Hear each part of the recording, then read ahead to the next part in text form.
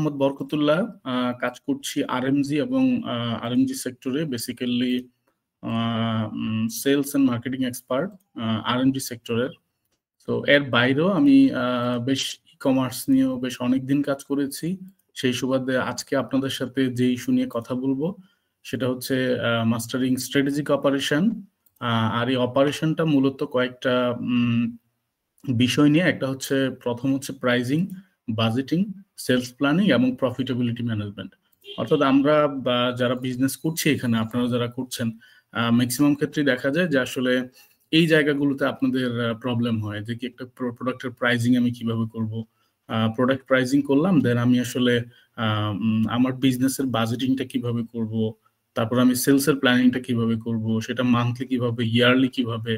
তারপরে আবার দেখা যায় অনেকের বিজনেস হয়তো খুব ভালো যাচ্ছে কিন্তু প্রফিটাবিলিটি ম্যানেজমেন্টটা আপনারা খুব স্ট্রংলি করতে পারছেন না, যার কারণে দিন শেষে আসলে বুঝতে পারছেন না যে কি পরিমাণ প্রফিট হচ্ছে এবং সেটা আলটিমেটলি কোথায় ইউটিলাইজ হচ্ছে, কোথাও মিসইউজ হচ্ছে কিনা, এই বিষয়গুলো আপনাদের মধ্যে গ্যাপ থেকে যায়।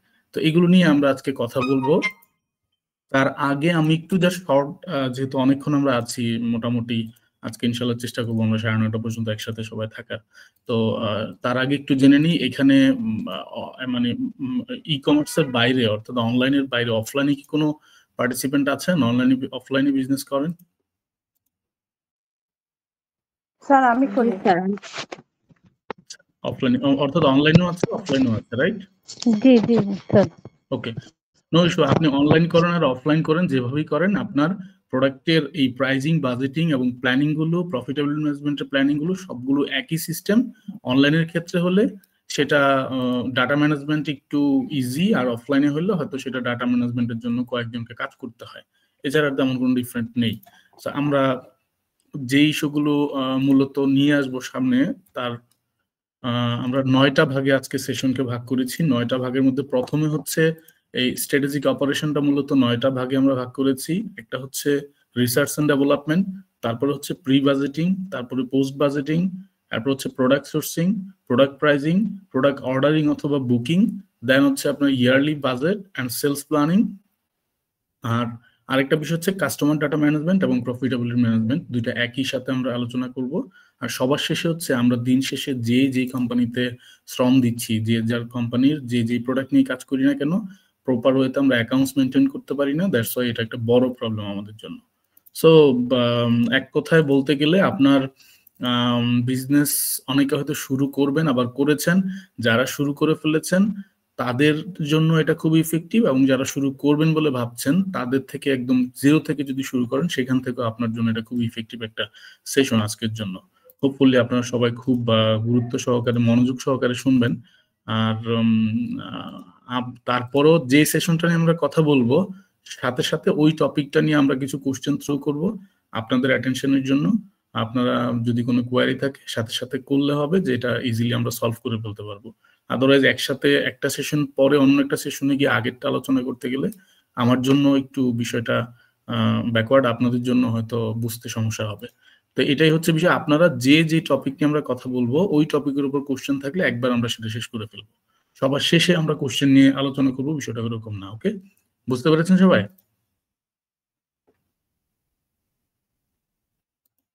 জি স্যার, বুঝতে পারছি। ওকে, আর আমি যখন কোনো কোশ্চেন থ্রো করবো অন্তত রেসপন্স করার ট্রাই করবেন, তাহলে বুঝবো যে আপনারা আছেন, নাহলে তো ভাববো যে আপনারা হয়তো মিউট অফ করে যে যার মতো ব্যস্ত। তাহলে তার বিষয়টা খুব ইফেক্টিভ হলো না। হ্যাঁ, এই হচ্ছে বিষয়। জি স্যার। আচ্ছা, রিসার্চ এন্ড ডেভেলপমেন্ট নিয়ে আমরা একটু কথা বলি।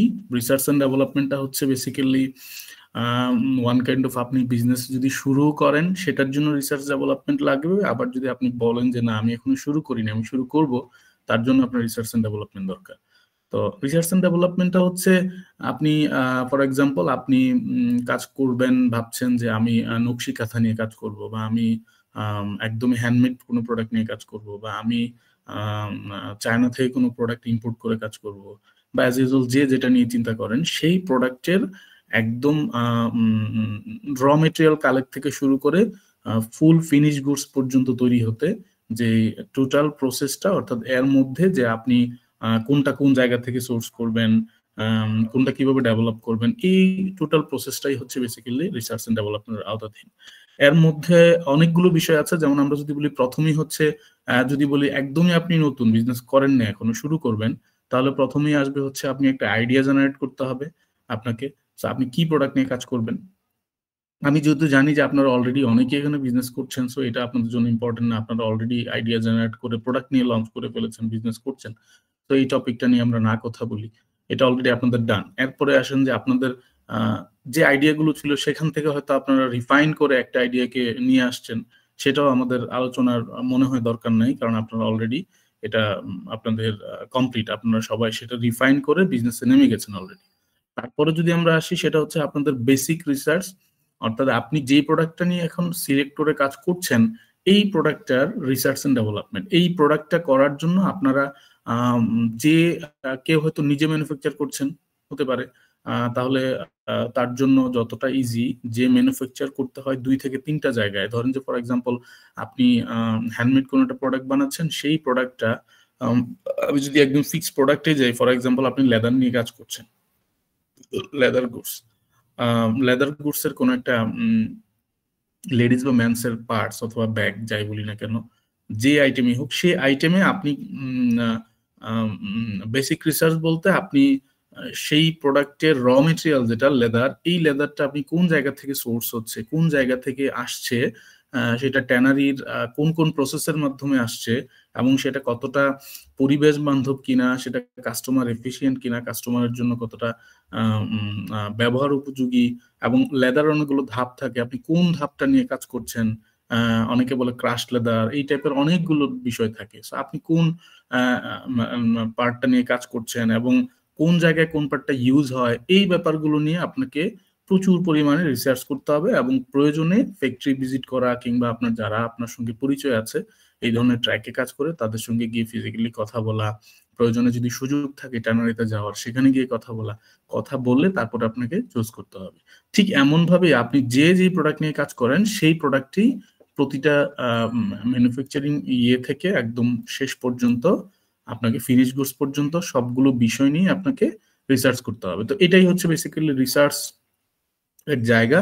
আর ডেভেলপমেন্ট পার্টটা হচ্ছে আপনি যখনই কোনো প্রোডাক্ট অলরেডি আপনার চুজ হয়ে গেছে এবং সবকিছু ফাইনাল, যে আপনি এই প্রোডাক্ট নিয়ে কাজ করবেন এবং এই প্রোডাক্টে আপনার ফাইনালি এই জায়গা থেকে সোর্স করবেন, আপনার সব ম্যাটেরিয়াল এবং অন্যান্য সব ইনফরমেশন গুলো একদম রাইট ওয়েতে আপনার জন্য সিলেক্টিভ হয়ে গেছে, যে না সিলেক্ট এখন এটা, দেন আপনি হচ্ছে গিয়ে কোনো একটা ম্যানুফ্যাকচারিং ইউনিট খুঁজবেন যেখানে আপনি সেটা ডেভেলপ করবেন, অথবা যদি না আপনি চান যে না সেটা না করে আমি আমার নিজের মতো করে একটা সেট আপ করবো ম্যানুফ্যাকচারিং ইউনিট, দেন আপনি ডেভেলপ করবেন। তো এই জায়গাগুলো নিয়ে আপনাকে এই বেসিক রিসার্চের জায়গাগুলো শেষ করতে হবে। এরপরে যেটা করতে হবে অ্যাপ্লাইড রিসার্চ। অ্যাপ্লাইড রিসার্চে গিয়ে ফর এক্সাম্পল আপনি অলরেডি ওই প্রোডাক্টটা, যে প্রোডাক্টটা নিয়ে আমরা আলোচনা করছি, ফর এক্সাম্পল লেদার, ওই প্রোডাক্টের ভালো মন্দ সব দিকগুলো নিয়ে আপনি সামনে এবার নিয়ে আসলেন। আসার পরে আপনি কিছু আচ্ছা, আমরা এটা একটু আমরা একজন হাত তুলেছেন, আমরা এখনই শুনবো, আগে একটু আমার এই জায়গাটা শেষ করি,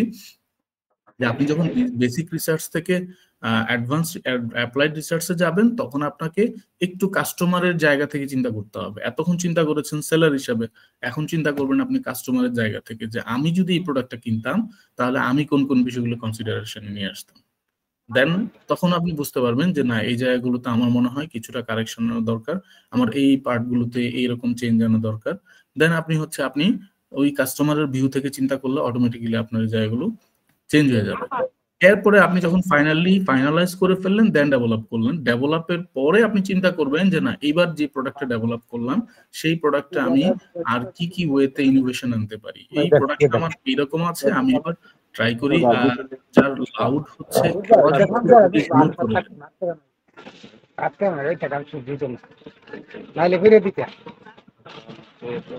কারোর জন্য আওয়াজ হচ্ছে মনে হয়, একটু মিউট করে দেন। আচ্ছা, ডেভেলপমেন্ট পরে আপনি যখন ইনোভেশনে যাবেন, তখন আপনাকে ভাবতে হবে যে আমি অলরেডি একটা প্রোডাক্ট ডেভেলপ করলাম, ফর এক্সাম্পল আমার এই প্রোডাক্টে এই ফিচার ছিল, আমি এখন 4টা বা 2টা বা 3টা ফিচার বাড়াইতে চাই। দেন আপনাকে নতুন করে ইনোভেশনে যেতে হবে। আবার যদি দেখেন যে না, এই প্রোডাক্ট অলরেডি আপনি ফর এক্সাম্পল 2 বছর ধরে সেল করছেন, তখন আপনাকে এই প্রোডাক্টটাকেই একটু বিভিন্ন দিক থেকে চেঞ্জ করে ইনোভেশনে নিয়ে আসতে হবে। হতে পারে সেটা স্টাইলিং চেঞ্জ, হতে পারে সেটাতে কোনো ফিচার চেঞ্জ করেছেন, হতে পারে সেটা সাইজ চেঞ্জ করেছেন, হতে পারে সেটার ফর এক্সাম্পল আপনি হয়তো সেটারই আরো 2টা ভেরিয়েন্ট নিয়ে আসছেন, অথবা হতে পারে আপনি এটারই কালার্স আরো 4টা অ্যাড করেছেন। এই টাইপের চেঞ্জ আপনি ইনোভেশন করে নিয়ে আসতে পারেন। ওকে, এরপরে আসি, আপনাকে স্কেল আপ করতে হবে। স্কেলিং আপ মানে হচ্ছে আপনি যখন ওই প্রোডাক্টগুলো একটার পর একটা নিয়ে আসছেন, তখন আপনাকে মেজার করতে হবে যে এই প্রোডাক্টগুলো নিয়ে যেতে হবে। আচ্ছা, এবার আমরা আসি যে কারো একজন কোশ্চেন ছিল, এই স্লাইড নিয়ে কারো কোনো কোশ্চেন আছে কিনা?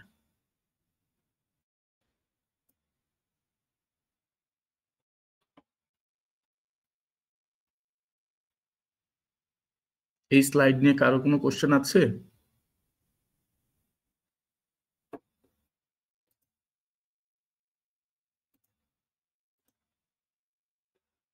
জি, শুনতে পাচ্ছেন? জি স্যার, শোনা যাচ্ছে স্যার, প্রশ্ন নাই স্যার এটা।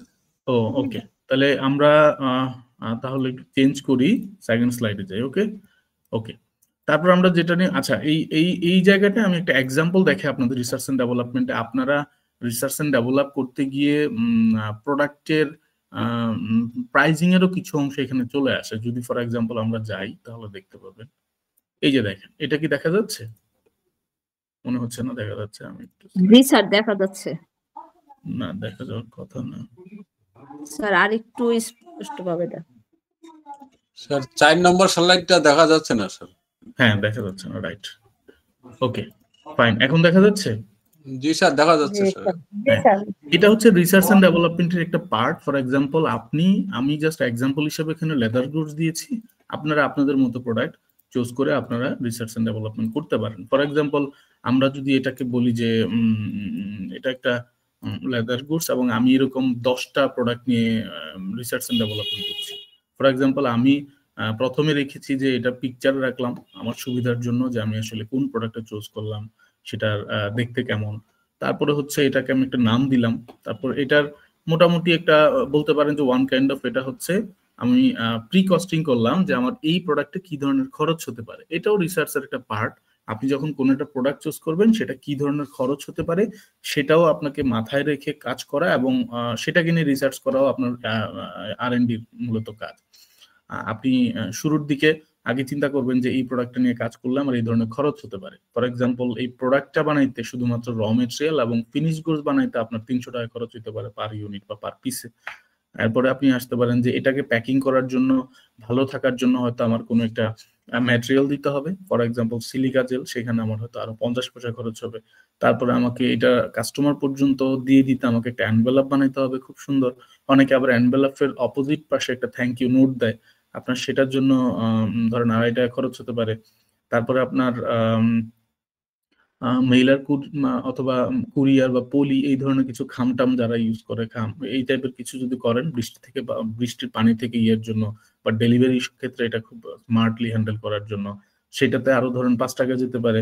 আমরা আদার্স ধরলাম যে আরো ধরেন পার পিস 1 টাকা যেতে পারে। ফর এক্সাম্পল এটা একটা প্রি কস্টিং প্রোডাক্ট প্রাইজিং এরই একটা রিসার্চ। আপনি প্রোডাক্ট প্রাইজিং এর ক্ষেত্রে রিসার্চটা করলেন, কিন্তু আপনি যখন কোয়ালিটিতে যাবেন তখন আপনাকে যে এই যে লেদারের কোয়ালিটি কেমন, কোন লেদার দিয়ে দিচ্ছেন, যে স্টিচিং হবে ওই সেলাইগুলো কেমন হবে, কোন কালার স্টিচিং হবে, তারপর এটাতে কয়টা স্লট থাকবে, বা এটার ফিচার গুলো কি কি হবে, কি কি রাখা যাবে, তারপর আপনার ম্যাটেরিয়াল হিসেবে যা ইউজ করছেন, আপনি মেটাল যেগুলো ইউজ করছেন মেটালগুলো কি হবে, এই বিষয়গুলো নিয়েও আপনাকে চিন্তা করে তারপর কাজ করতে হবে। যদিও আমরা এখানে দেখাইছি যে আপনি ফুল একদম ফার্নিশ ফুল কমপ্লিট গুডস পাবেন 300-এ ফর এক্সাম্পল। আপনি কিন্তু যখন আপনার সবগুলো বিষয় নিয়ে চিন্তা করবেন, ফিচার গুলো দেখবেন, তখন আপনার কস্টিং এ ক্লিয়ার হবেন যে না আমার ফুল গুডসে এত লাগতে পারে। ওকে, এরপরে আসি আচ্ছা এটা মানে বারবার চেঞ্জ করতে হয় না। আচ্ছা ওকে,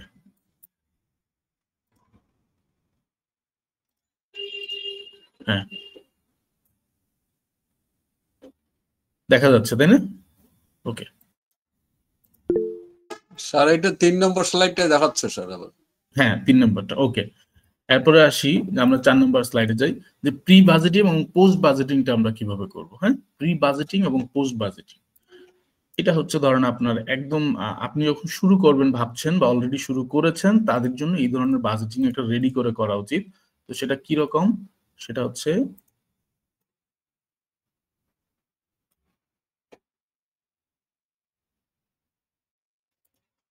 এইরকম। দেখা যাচ্ছে, তাই না?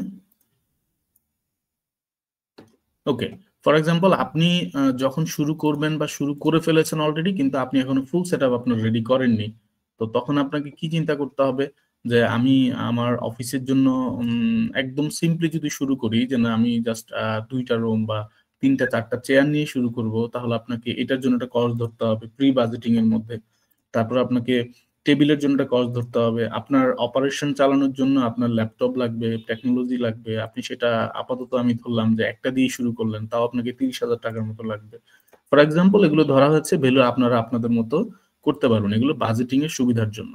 আপনার প্রোডাক্ট রাখার জন্য ডেস্ক দরকার হবে, তারপরে আপনার ফটোগ্রাফি টুল দরকার হবে ফটোগ্রাফি করার জন্য, আপনার কপিরাইট লোগোটা দরকার হতে পারে। কপিরাইট লোগো নিয়ে কারো কোনো ধারণা আছে কিনা আমরা একটু শুনি, কারো কোনো ধারণা আছে কিনা?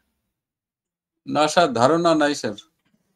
আচ্ছা, কপিরাইট লোগোটা হচ্ছে ফর এক্সাম্পল, যদিও এটা বাংলাদেশে খুব কম হয় কিন্তু বাইরের দেশে খুব বেশি হয়।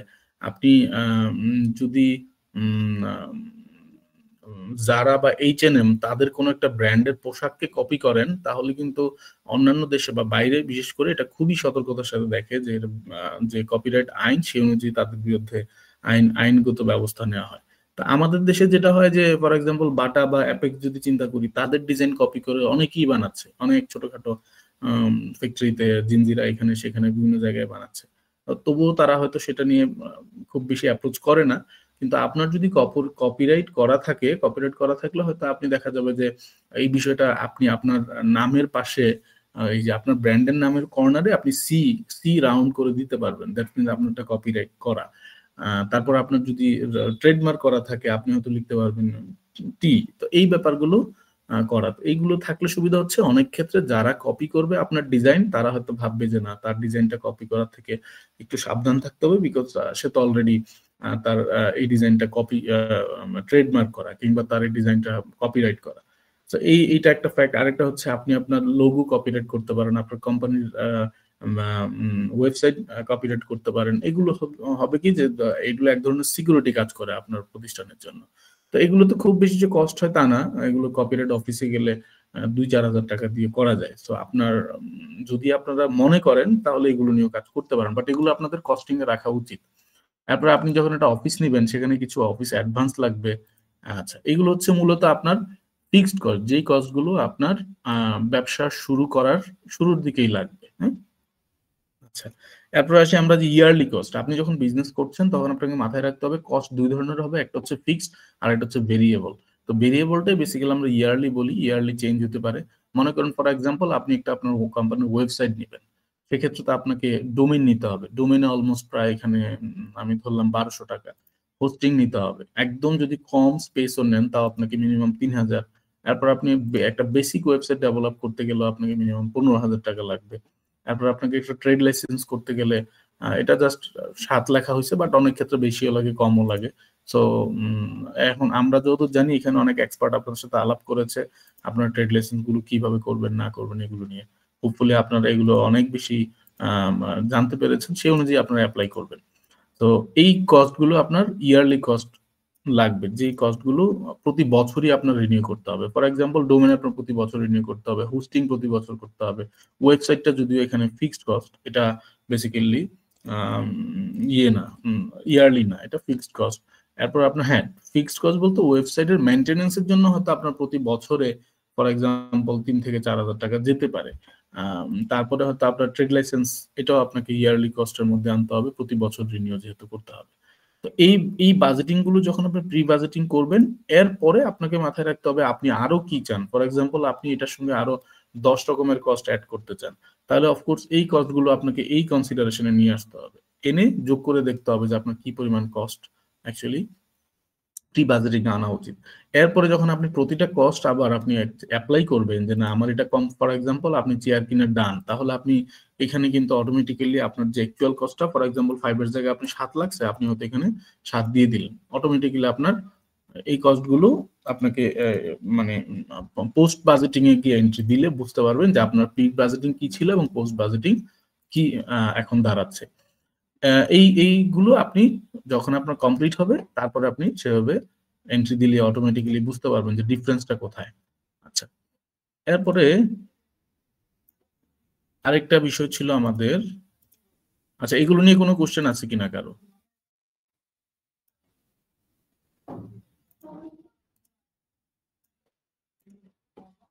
আর কারো কোনো কোশ্চেন আছে এগুলো নিয়ে, প্রি বাজেটিং পোস্ট বাজেটিং নিয়ে? না স্যার। ওকে, আচ্ছা, এবার আসি যে আমরা অনেকেই বিজনেস করি ইন্টারন্যাশনাল প্রোডাক্ট নিয়ে। ফর এক্সাম্পল, অনেকে চায়না থেকে প্রোডাক্ট ইম্পোর্ট করে বিজনেস করতেছেন। তো এই প্রোডাক্ট সোর্সিংটা, ইন্টারন্যাশনাল সোর্সিংটা আপনি কিভাবে করবেন? আমি আপনাদের কয়েকটা ওয়ে দেখাই দিই, এখানে আছে।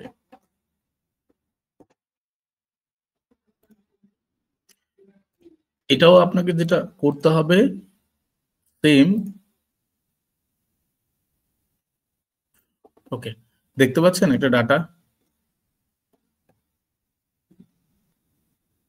দেখা যাচ্ছে?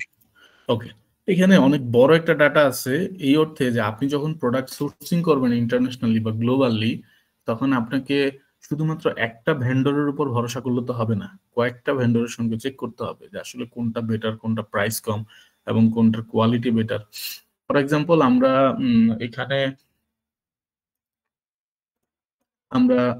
যেই প্রোডাক্টটা নিয়ে আমরা চুজ করলাম ইন্টারন্যাশনালি, সেই প্রোডাক্টের ফটো আপনি এখানে অ্যাড করলেন। তারপরে আপনার এই প্রোডাক্টের নাম হচ্ছে credit card size USB pen drive 8GB solid white colour. হ্যাঁ, ফর এক্সাম্পল এই প্রোডাক্টটা কেমন আমরা একটু এই লিঙ্কে গেলে দেখতে পাবো।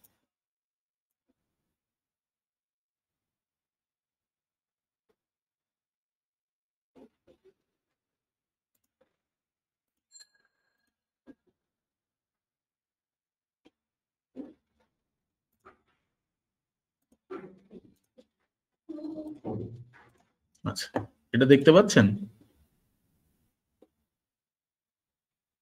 জি স্যার, দেখা যাচ্ছে।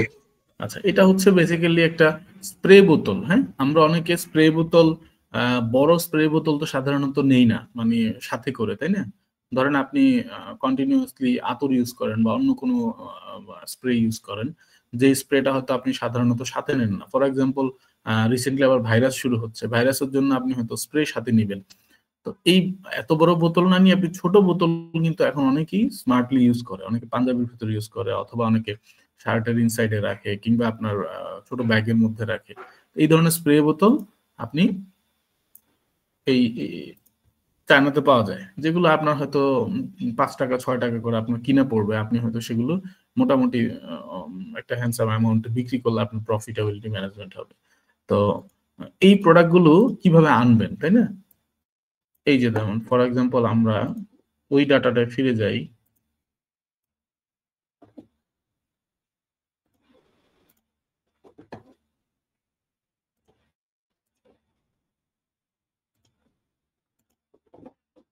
হ্যাঁ,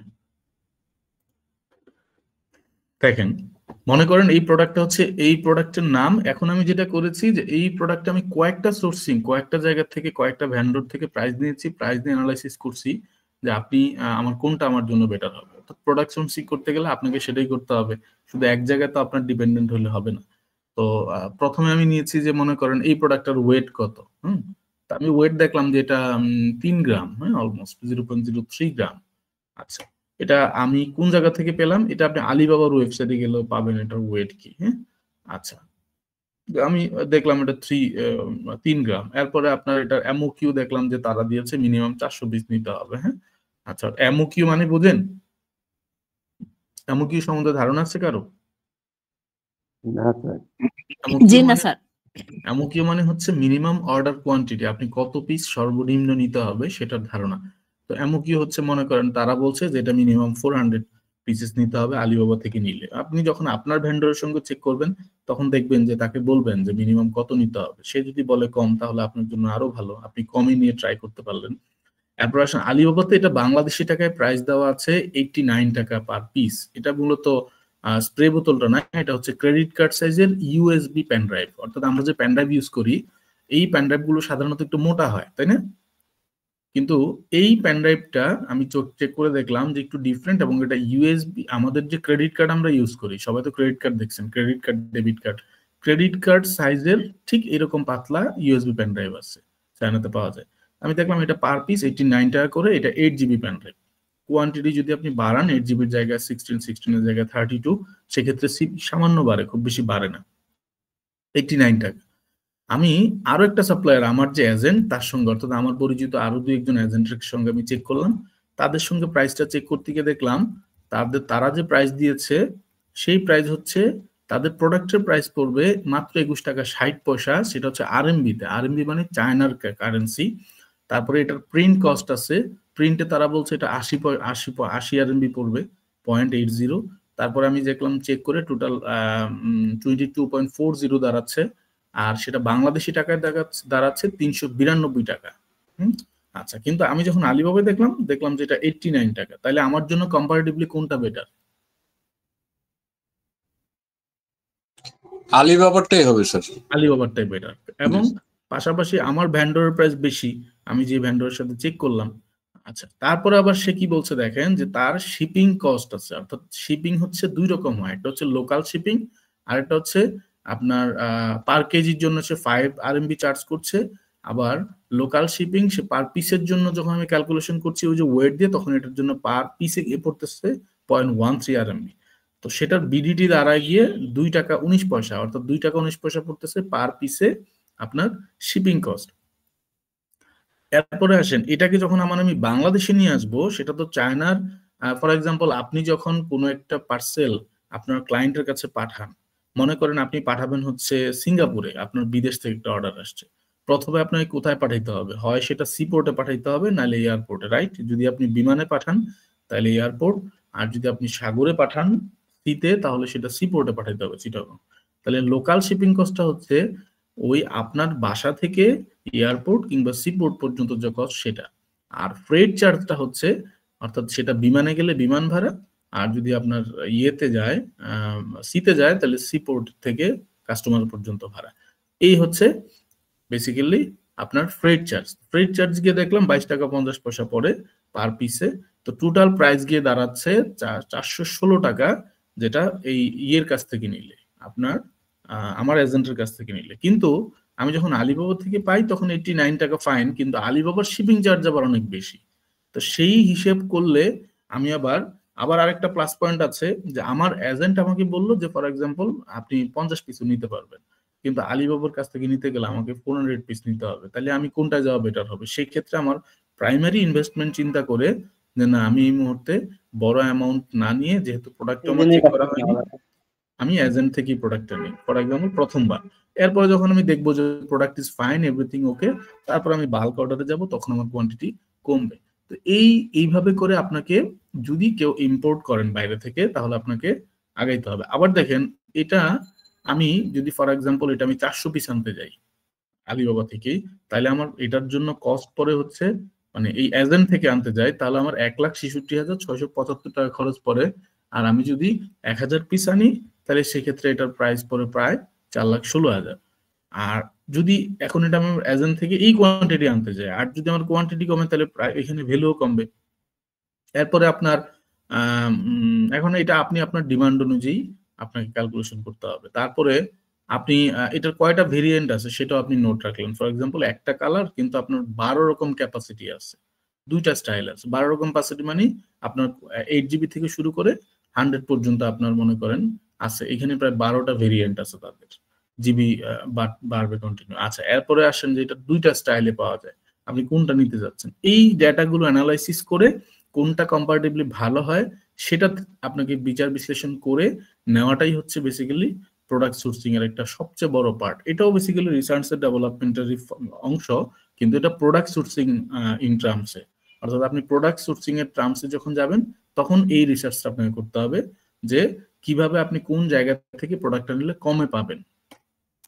এটা আবার কোথায়? এই যে মনে করেন ম্যানুফ্যাকচারিং ইউনিট, সেটার নাম কি? সেটার নাম হচ্ছে স্যানজেন ইউএসকি টেকনোলজি এবং তারা কি ট্রেডার না ম্যানুফ্যাকচারার? ট্রেডার এবং ম্যানুফ্যাকচারের মধ্যে পার্থক্য সম্বন্ধে কে জানেন একটু বলেন।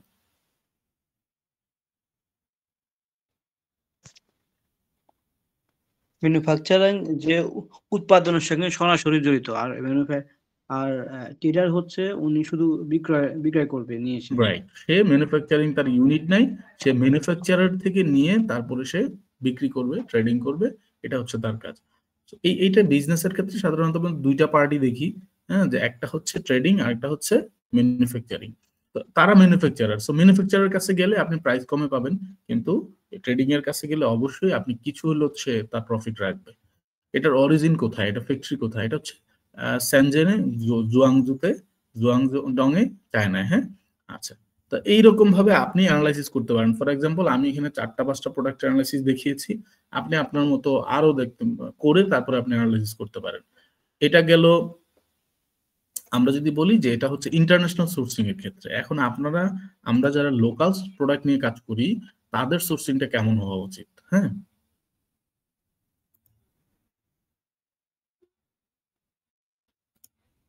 one minute.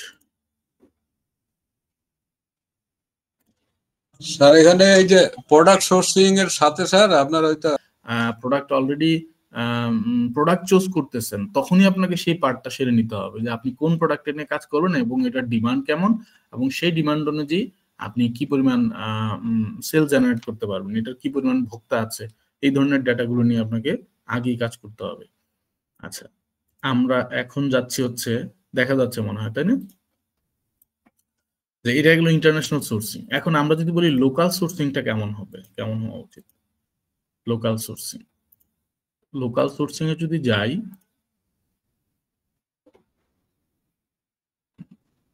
এটা মনে বারবার চেঞ্জ করতে হয় না মিট গুগল ইয়েতে, আরে জুমে একটা দিক সুবিধা, কিন্তু এটা তো প্রবলেম আছে। ওকে, এখন দেখা যাচ্ছে, দেখতে পাচ্ছেন? জি স্যার। আচ্ছা, মনে করেন যে আপনি লোকাল প্রোডাক্ট নিয়ে এখন কাজ করেন, লোকাল একদম ইন্টারন্যাশনালি কোনো প্রোডাক্ট নিয়ে আপনি কাজ করেন না, মানে গ্লোবালি কোনো প্রোডাক্ট এনে বিক্রি করেন না, আপনি সবই আপনার লোকালি তৈরি হয়, একদমই বাংলাদেশে তৈরি হয়। এখন আপনি সেই প্রোডাক্টের ক্ষেত্রে প্ল্যানিংটা, আপনার প্রোডাক্ট সোর্সিং করতে গিয়ে আপনি কিভাবে কম্পারিজনটা করবেন আপনার যত সাপ্লায়ার আছে। ফর এক্সাম্পল, আমি এখানে সিরিয়াল নাম্বার দিয়েছি মনে করেন 9টা আইটেম। হ্যাঁ, আমি এখানে প্রায় অনেকগুলো আইটেম রেখেছি, মনে করেন ওয়ালেট রেখেছি, লং শর্ট, তারপর হ্যান্ডটেক রেখেছি, কি চেন রেখেছি, হ্যাঁ, তারপরে কার্টেন ক্লিপ রেখেছি, তারপরে মানি ক্লিপ রেখেছি, তারপর পেট চেন রেখেছি, অনেকগুলো রাখলাম, সবাই মিলে তা দিয়ে বানাবো ফর এক্সাম্পল। তো বানালে আমরা মনে করেন যে এক একটার আমি আবার কি করব, আপনার ফর এক্সাম্পল 2টা ভেরিয়েন্ট করে নিব, ব্ল্যাক এবং চকলেট। হ্যাঁ, আমি প্রতিটার জন্য কোয়ান্টিটি ধরে নিলাম যে ফর এক্সাম্পল আমি 50 পিস করে ইনিশিয়ালি বানাবো, এরপরে যেগুলো ছোট আইটেম এগুলো 200 পিস করে বানাবো। আমার টোটাল কোয়ান্টিটি গিয়ে দাঁড়ালো প্রায় 2400 পিস প্রোডাক্ট আমি বানাবো, এবং যেটার আমার একটা টার্গেট প্রাইস সেট করলাম। যদিও আমি টার্গেট প্রাইসটা আগে সেট করি না, আমার উচিত বা আপনার উচিত টার্গেট প্রাইসটা সেট করার পরে, যখন আপনি এই টোটাল এই কাস্টমার গুলো থেকে, আপনার সাপ্লায়ার গুলো থেকে আপনি প্রাইস গুলো পাবেন, ক্লিয়ার, ম্যানুফ্যাকচারার গুলো থেকে। ফর এক্সাম্পল, আমি একজন ম্যানুফ্যাকচারার কাছে গেলাম ডিজাইনটা নিয়ে, ফর এক্সাম্পল তার নাম ফারুক, সে বললো এটা 370 টাকা লাগবে।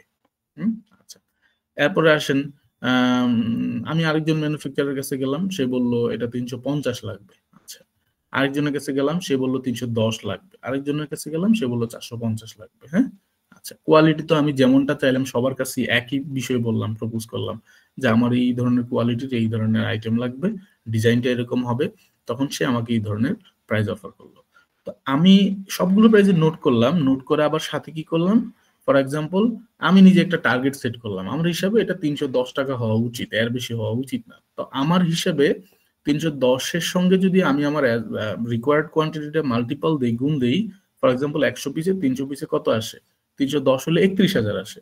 কিন্তু আমি দেখলাম যে এই ফারুক সাহেবকে আমি অর্ডার দিলে আমার ইয়ের 37,000 টাকা খরচ হয়। আমি যদি এই নুরুল সাহেবকে দেই তাহলে আমার 35,000 খরচ হয়। আমি যদি এই মুমিন সাহেবকে দিই 31,000 খরচ হয়। এরকম ভাবে আমি 4 জায়গা থেকে প্রাইস নিয়ে দেখলাম কম্পারেটিভলি আমার প্রাইসের সঙ্গে এই যে এই ব্যক্তির অর্থাৎ মুমিন সাহেবের প্রাইসটা ম্যাচ করে। আচ্ছা, এটা গেলো সিঙ্গেল একটা আইটেম। এরপরে দ্বিতীয় আইটেমে আমি দেখলাম যে সবচেয়ে কম আছে, কাছ থেকে স্যাম্পল বানাইতে হবে। স্যাম্পল না বানালে তো আপনি জীবনে বালকে যাবেন না, এটা তো কখনোই উচিত না। তা আপনি ধরেন যে যাদেরকে চুজ করলেন, এখানে মনে করেন যে আপনি 4টা সাপ্লায়ার থেকে প্রাইস নিলেন, আপনি হয়তো এবার চুজ করলেন যে না আমি এখান থেকে 2টা সাপ্লায়ারকে চুজ করি, ফর এক্সাম্পল ফার্স্ট 2টা আমি নিলাম, নিয়ে তাদের সঙ্গে আমি প্রাইমারি আলোচনায় গেলাম যে ভাই আপনি স্যাম্পল দেন, যদি আপনার স্যাম্পল ওকে হয়, কোয়ালিটি ওকে হয়, দেন আমি এবার আপনাকেই বুকিং দিব, অর্ডার দিব। তারপরে আপনি তার সঙ্গে কাজ শুরু করলেন। তো এরকম ভাবে স্যাম্পল দেখার পরে আবার দেখলেন যে যার প্রাইস কম ছিল তার কোয়ালিটিটা তুলনামূলক যার প্রাইস একটু বেশি তার থেকে খারাপ, অথবা দেখলেন যে না যার প্রাইস বেশি ছিল তার কোয়ালিটি ওই যে কম ছিল তার থেকে খারাপ, তাহলে অফকোর্স আপনার কোয়ালিটি ভালো এবং সেটার দিকেও মনোযোগ দিতে হবে, কারণ দিন শেষে আপনার কাস্টমার কাউন্টার পার্ট থেকেও যাতে কোনো রকম নেগেটিভ কমেন্টস না আসে, নেগেটিভ কিছু না আসে, দিন শেষে আপনি যাতে হ্যাসেল ফ্রি বিজনেস করতে পারেন সেটাই তো চিন্তা করবেন। সেম এইভাবে করে কোয়ালিটি ভালো, প্রোডাক্টের প্রাইসও মোটামুটি রেঞ্জের মধ্যে আছে, এইভাবে করে আপনি যখন কম্পারিজন করবেন তখন আপনি খুব ইজিলি পেয়ে যাবেন। এটা হচ্ছে লোকাল সোর্সিং এর ক্ষেত্রে। আর ইন্টারন্যাশনাল সোর্সিং যেটা বললাম, সেম একই ওয়েতে আপনাকে প্রতিটা জিনিস কম্পারিজন করতে হবে। আমার আজকে যতগুলো আলোচনা সবগুলো হচ্ছে ডেটা ভিত্তিক, কারণ আপনি যদি ডেটা ম্যানেজ করে করেন তাহলে দিন শেষে আপনার কাছে একটা রেকর্ডও থাকবে, পাশাপাশি আপনি ইজিলি এক হ্যান্ডে পেয়ে যাবেন যে আমি কোন জায়গা থেকে নিলে ভালো প্রোডাক্ট কম প্রাইসে নিব। এইগুলো নিয়ে কোনো কোশ্চেন আছে কিনা, এই যে আপনার প্রোডাক্ট সোর্সিং নিয়ে?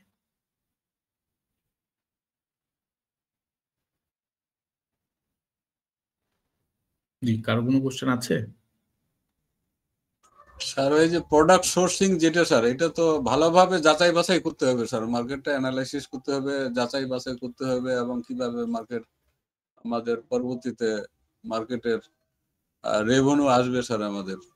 রাইট, সেটাই বললাম যে আপনাকে এই জন্য আমি আপনাকে 4টা আমি দেখাইছি, বাট আমার মতে আপনাদের আরো বেশি করা উচিত। যদি আপনি ওইরকম আপনার ওই প্রোডাক্টের ম্যানুফ্যাকচারার আরো খুঁজে পান, তাহলে আপনি মিনিমাম অন্তত 8টা 10টা করেন, 10টা ম্যানুফ্যাকচারের সাথে বসে তারপর আপনি ফাইনালি আগান যে না কোন জায়গা থেকে আপনি নেবেন। পাশাপাশি তারা কাদের কাছ থেকে কাজ করে, সেই প্রোডাক্টগুলো কেমন হয়, এবং প্রয়োজনে তাদেরকে জিজ্ঞেস করেন যে আপনি সবচেয়ে বেশি পরিমাণ গুডস কাকে দেন, সবচেয়ে বেশি পরিমাণ কার জন্য আপনি কাজ করেন, কোন ব্র্যান্ডের জন্য। হ্যাঁ, তারা আপনাকে হয়তো ডেটা দিবে, তখন আপনি তার সঙ্গে যোগাযোগ করেন, যোগাযোগ করে দেখেন যে আলটিমেটলি তাদের কোয়ালিটি কেমন। প্রয়োজনে সে যাকে প্রোডাক্ট দেয় সেখান থেকে একটা প্রোডাক্ট আপনি পারচেজ করেন, বা ওদের ফিজিক্যাল শোরুম থাকলে সেখানে গিয়ে প্রোডাক্ট দেখেন, দেখে বুঝতে পারবেন যে আসলে তার প্রোডাক্ট কেমন, এবং সেই প্রোডাক্ট অনুযায়ী আপনি আলটিমেটলি কাজ করতে পারছেন কিনা। জি, আরো কেউ কারো কোনো কোশ্চেন আছে? স্যার আপনার এই গুগল ডকটা কি শেয়ার করা যাবে আমাদের সাথে? জি জি, অফকোর্স। আমি এই স্লাইডটা বানিয়েছি বেসিক্যালি। আমি এখানে মনে হয় বিসিক এর কোনো পার্টিসিপেন্ট আছেন আমার ক্লাস করেছেন এর আগে?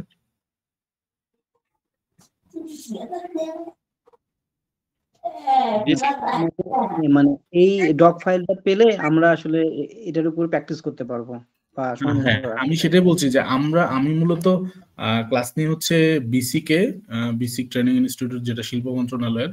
তো ওখানেও এই আপনাদের মতো যারা উদ্যোক্তা তাদের ক্লাস নেই, সেখানেও আমি এই ধরনের ডকুমেন্ট গুলো অলরেডি যারা আমার সঙ্গে লাস্ট 1-1.5 বছর ধরে ক্লাস করছে তাদেরকে দিয়ে দিয়েছি। তা আপনাদের লাগলে আমি সব এগুলো দিয়ে দিব, সমস্যা নেই। আমি হয়তো আমাদের এখানে হৃদয় সাহেব আছে, হৃদয় সাহেবকে দিয়ে দিব, উনি হয়তো সুবিধা মতো আপনাকে। Thank you sir. আচ্ছা, এরপরে আসি এটা নিয়ে, তাহলে আর কোনো কোশ্চেন নাই, আমরা তাহলে চেঞ্জ করে অন্য স্লাইডে যাই, রাইট? জি স্যার। ওকে,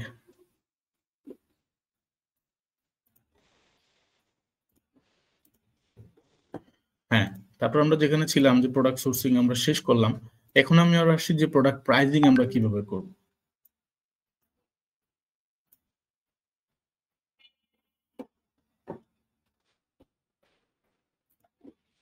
আপনারা সাধারণত নিজেরা প্রোডাক্ট প্রাইসিং করেন কিভাবে, দুই একজন একটু আমাদের বলেন তো শুনি।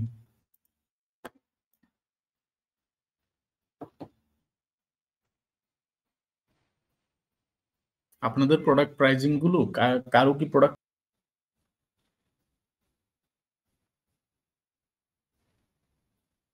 শুনতে পাচ্ছেন?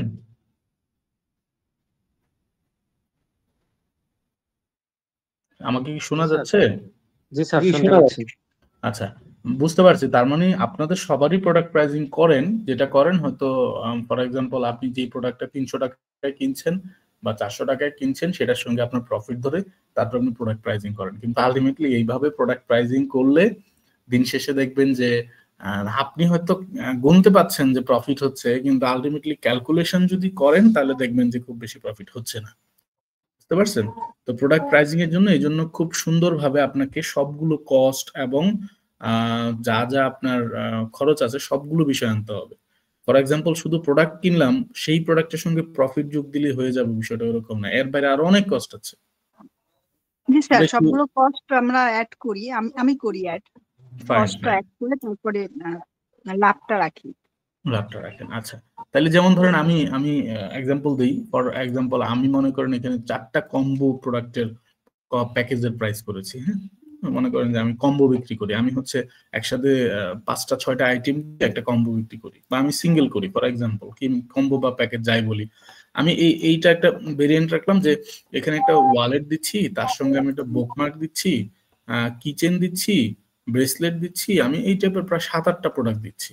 হ্যাঁ, আমার এই প্রোডাক্টে আমি আবার অনেকগুলো ফিচার দিচ্ছি, গিফট কার্ড দিচ্ছি, তারপরে স্লট পকেট কার্ড দিচ্ছি, এনভেলপ দিচ্ছি, আবার আমি ইউজার ম্যানুয়াল দিচ্ছি, আমি এটার পিছনে সিলিকা জেল দিচ্ছি যাতে প্রোডাক্টটা ভালো থাকে।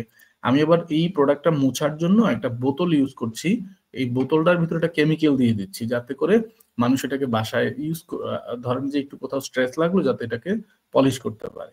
আচ্ছা, তারপরে আমি এই বোতলটাকে আমার কস্টে আনতে হবে। তারপরে আমি একটা পলিশিং এজেন্ট ইউজ করছি, আমি হয়তো একটা সুন্দর বক্সে দিচ্ছি। তারপরে আমি ফর এক্সাম্পল এটার জন্য একটা শপিং ব্যাগ দিচ্ছি, তারপরে আমি মেইলার পলি দিচ্ছি, এক্সট্রা আমার আরো অনেক খরচ আছে। তারপরে সবার শেষে এই সিএসসি মানেটা কি বলেন তো?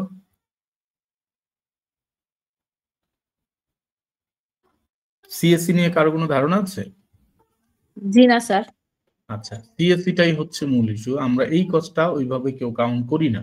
আমরা সবাই চিন্তা করি কি যে আমার এই প্রোডাক্টে এই ভিজিবল কস্ট গুলো আছে, ভিজিবলের বাইরেও আমার কিছু ওভারহেড কস্ট আছে বা আনভিজিবল কস্ট আছে, ইনভিজিবল কস্ট আছে, সেটা হচ্ছে সিএসসি। সিএসসিটা হচ্ছে কাস্টমার একুইজিশন কস্ট। আপনার এই যে আপনি প্রোডাক্টটা ফর এক্সাম্পল বুস্ট করলেন বা আপনি শোরুমে সেল করছেন, এই সেল করার পিছনে আপনার এই কাস্টমার আনার জন্য আপনাকে এই যে বুস্টিং কস্ট থেকে শুরু করে আরো যে কস্টগুলো আপনার আছে, যে কস্টগুলো মূলত হচ্ছে এই customer acquisition cost. For example আপনি শ্রম দিচ্ছেন, আপনার হয়তো ভাবছেন যে আমি তো এখানে মালিক, আমি তো আসলে বেতন নিব কেন? ফর এক্সাম্পল বেতন ধরছেন না তো হ্যাঁ, আমি বেতন ধরি, আমার নিজের একটা বেতন আমি ধরি, আমি যে শ্রমটা দিয়েছি সেই শ্রমের মূল্যটা আমি ধরি, আর মার্কেটিং যদি করি সেটার মূল্যটাও অবশ্যই ধরি। ফাইন, এইটাই হচ্ছে বেসিক্যালি সিএসসি অর্থাৎ কাস্টমার একুইজিশন কস্ট। কাস্টমার আপনার দরজা পর্যন্ত আসতে যে খরচটা হয়েছে সেটা। এখন এটা কিভাবে করবেন এই সিএসসিটা, এটাও আমরা একটু পরে আপনাদেরকে দেখাবো যে প্রোডাক্টের আপনি যখন সেলস প্ল্যানিং করবেন, সেলস এবং আপনার যদি মার্কেটিং প্ল্যানিংটা করবেন, ওই মার্কেটিং প্ল্যানিং এ কিভাবে সিএসসিটা বের করতে হয় আমি আপনাদের দেখাই দিব, কোন কোন বিষয়গুলো যোগ করলে আপনি সিএসসিটা আসবে। তো এই সিএসসিটাও আপনি যখন বের করবেন ওখানে, তখন সিএসসিটাই প্রোডাক্টের প্রাইসের সঙ্গে আপনাকে ধরতে হবে। হ্যাঁ, যে এই প্রোডাক্টে আমার ফর এক্সাম্পল 910.37 টাকা খরচ আছে এই কম্বোতে, তার সঙ্গে আমার সিএসসি যোগ হবে, তাইলে গিয়ে দাঁড়াবে আমার আলটিমেটলি কস্ট। এরপরে আপনি আপনার পার্সেন্টেজ ধরবেন আপনি কি পরিমাণ প্রফিট করবেন। কিন্তু আমরা যেটা করি, প্রোডাক্ট সাধারণত যেটা হয় যে প্রোডাক্ট নিয়ে আসছি এত টাকায়, এটা 300 টাকায় আনছি, আমি এটাকে 100 টাকা প্রফিট ধরবো, 400 দিয়ে বিক্রি করে দিব। কিন্তু আসলে কি 100 টাকা প্রফিট থাকতেছে? কখনোই না, কারণ দিন শেষে এটার পিছনে আরো অনেক কস্ট আছে, আমরা কেউ ভাবে চিন্তা করি না। আচ্ছা, এরপরে তো এখানে আমি 4টা প্রোডাক্টেরই আপনাদের দেখালাম। আপনারা এরকম ভাবে প্রতিটা প্রোডাক্টের আলাদা আলাদা কস্ট করতে পারেন, করে দেখতে পারেন যে অ্যাভারেজলি আপনার কি পরিমাণ, মানে প্রতিটা প্রোডাক্টে আপনার জন্য স্পেসিফিক কি পরিমাণ কস্ট যাচ্ছে। তারপরে আপনি প্রোডাক্টের প্রাইসিং ঠিক করতে পারবেন যে না আমার টোটাল এই পরিমাণ প্রোডাক্ট কস্ট। তারপরে আপনি এখানে লিখলেন যে এবার প্রোডাক্ট কস্ট, প্রোডাক্ট কস্ট। তো মনে করেন প্রোডাক্ট কস্টে গিয়ে আপনি এটার সঙ্গে কত পার্সেন্ট ধরবেন। ফর এক্সাম্পল আপনি এটার সঙ্গে 5% যদি ধরেন, আমি একটা এক্সাম্পল দিলাম, তাহলে এটা আসতেছে সরি এটা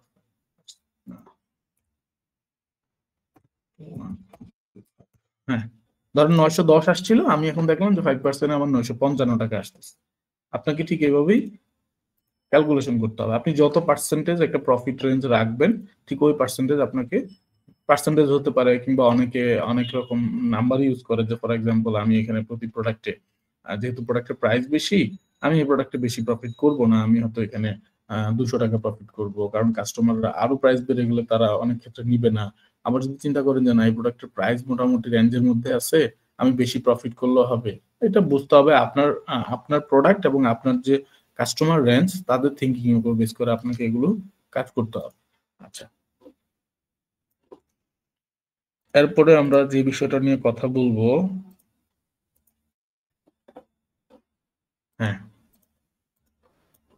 প্রোডাক্ট প্রাইজিং। প্রোডাক্ট প্রাইজিং এর পরে আপনারা প্রোডাক্ট বুকিং বা অর্ডারিং কিভাবে করেন? সাধারণত মুখে বলে দেন যে এটা এইভাবে করেন, তাই না, যে আপনি এইভাবে করেন। ফর এক্সাম্পল, আপনি যদি ইন্টারন্যাশনালি কোথাও কাজ করতে যান, তাহলে আপনাকে যেটা করতে হবে, আপনাকে বুকিং দিতে হবে।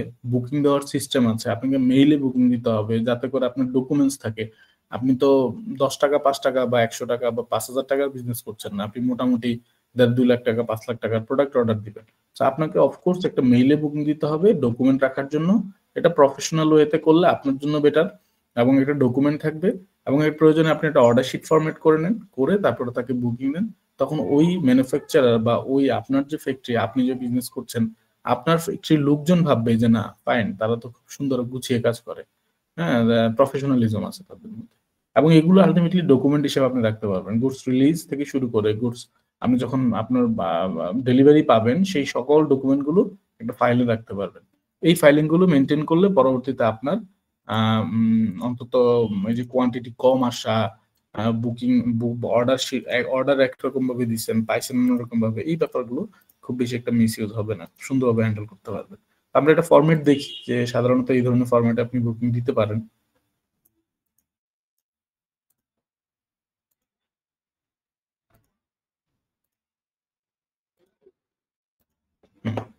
দেখেন, দেখা যাচ্ছে? জি স্যার, দেখা যাচ্ছে।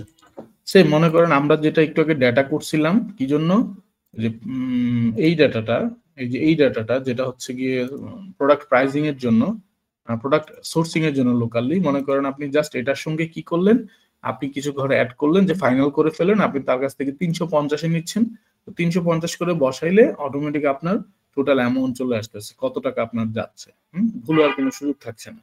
ফর এক্সাম্পল, আপনি 2400 প্রোডাক্ট নিলেন, আপনার প্রোডাক্ট প্রাইস যখন বসাইলেন পার পিসে, তখন আপনার চলে আসতেছে আপনার 2,33,800 টাকা। এখন আপনি, আপনার প্রোডাক্টের তো একটা ইউনিক সিটি থাকা উচিত, আপনার প্রোডাক্ট সবার মতো হইলে তো হইলো না। আপনি যেমন ফর এক্সাম্পল এই প্রোডাক্টটার নাম আপনি বলবেন না, আপনি একটা কোড দিতে পারেন, অনেকেই যেটা করেন, আমি যতদূর জানি অনেকে তো ই কমার্স এটা করে, কোড দিতে পারেন, যে আপনি এই ধরনের একটা কোড ইউজ করলেন, এই ধরনের কোডে আপনি প্রোডাক্টটাকে ইজিলি চিনলেন, এবং আপনার যাকে অর্ডার দিচ্ছেন সেও মনে রাখলো যে না এই কোডটা, হ্যাঁ।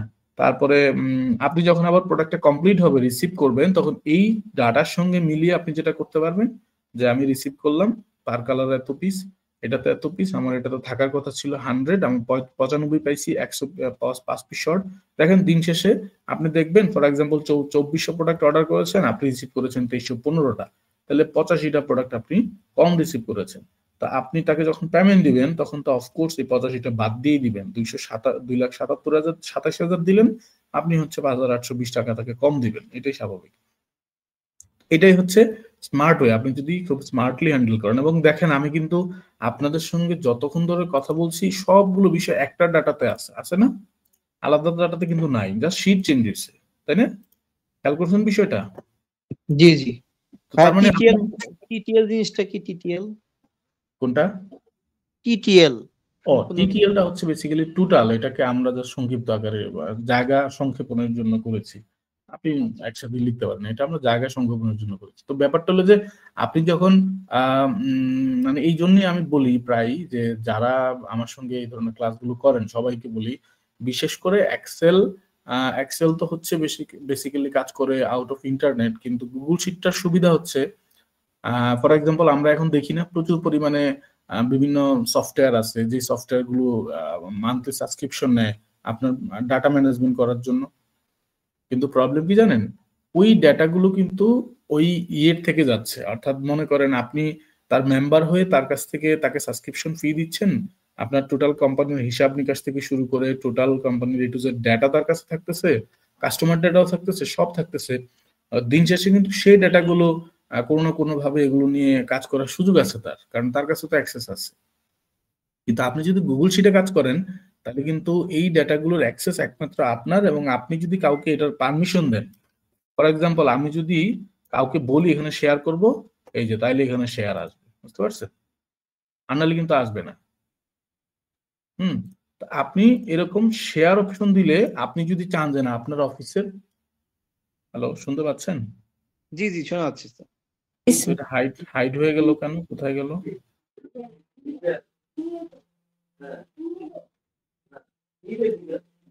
আচ্ছা আচ্ছা, হ্যাঁ।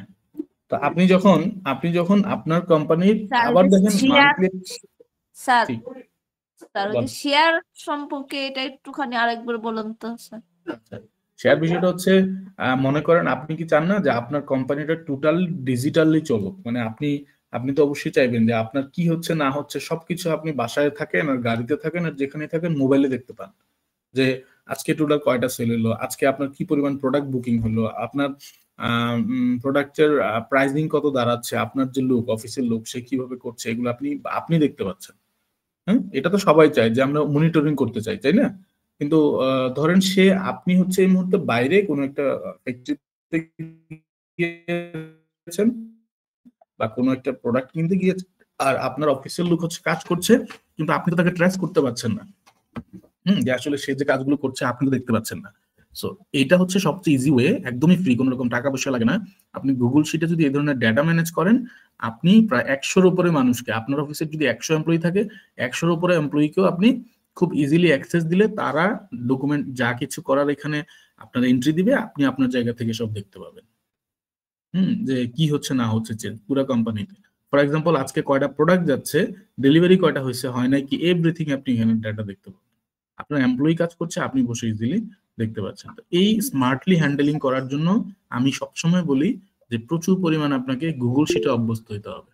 যারা গুগল শিটে অভ্যস্ত না হবেন তারা হয়তো ডেটা ম্যানেজ করবেন কিভাবে, ওই যে মনে করেন একটা খাতাতে লিখে রাখছেন এই লোক এই তারিখে এই প্রোডাক্ট নিচ্ছে, কিন্তু এই খাতাও হারাই গেছে, না হলে কিছু একটা হয়েছে, আপনি আর খাতা খুঁজে পাচ্ছেন না, কাস্টমারের কোনো ইনফরমেশন নাই। এটা গুলো 1 নাম্বার উপকারিতা। নাম্বার 2, আমি আসবো যিনি হাত তুলেছেন ওনার কাছে। নাম্বার 2, মনে করেন যে ফর এক্সাম্পল আপনি আজকে থেকে 2 বছর পরে তো আর এই কাস্টমারের হদিস আপনার কাছে থাকছে না, বিকজ আপনি তো ওই খাতা লিখার কারণে পাচ্ছেন না। কিন্তু আপনার কাছে যদি ডেটা থাকে সারা জীবন, লাস্ট 5 ইয়ার্স ধরে আপনার কাছে যে কোম্পানির ডেটা আছে, কাস্টমার লিস্ট আছে, সব পাবেন, পেলেন। তারপরে আপনি মার্কেটিং এ কিভাবে এটা কাজে লাগে দেখেন। ফর এক্সাম্পল আপনি অলরেডি তার হোয়াটসঅ্যাপ নাম্বার আপনার কাছে আছে ডেটায়, আপনি হোয়াটসঅ্যাপে আপনার কাস্টমারদের জন্য একটা গ্রুপ ক্রিয়েট করে রাখলেন, যেই গ্রুপে আপনি আপনার নতুন প্রোডাক্ট আসলে সেখানে অ্যাপ্রোচ করেন, ওখান থেকে কিছু সেল জেনারেট হয়।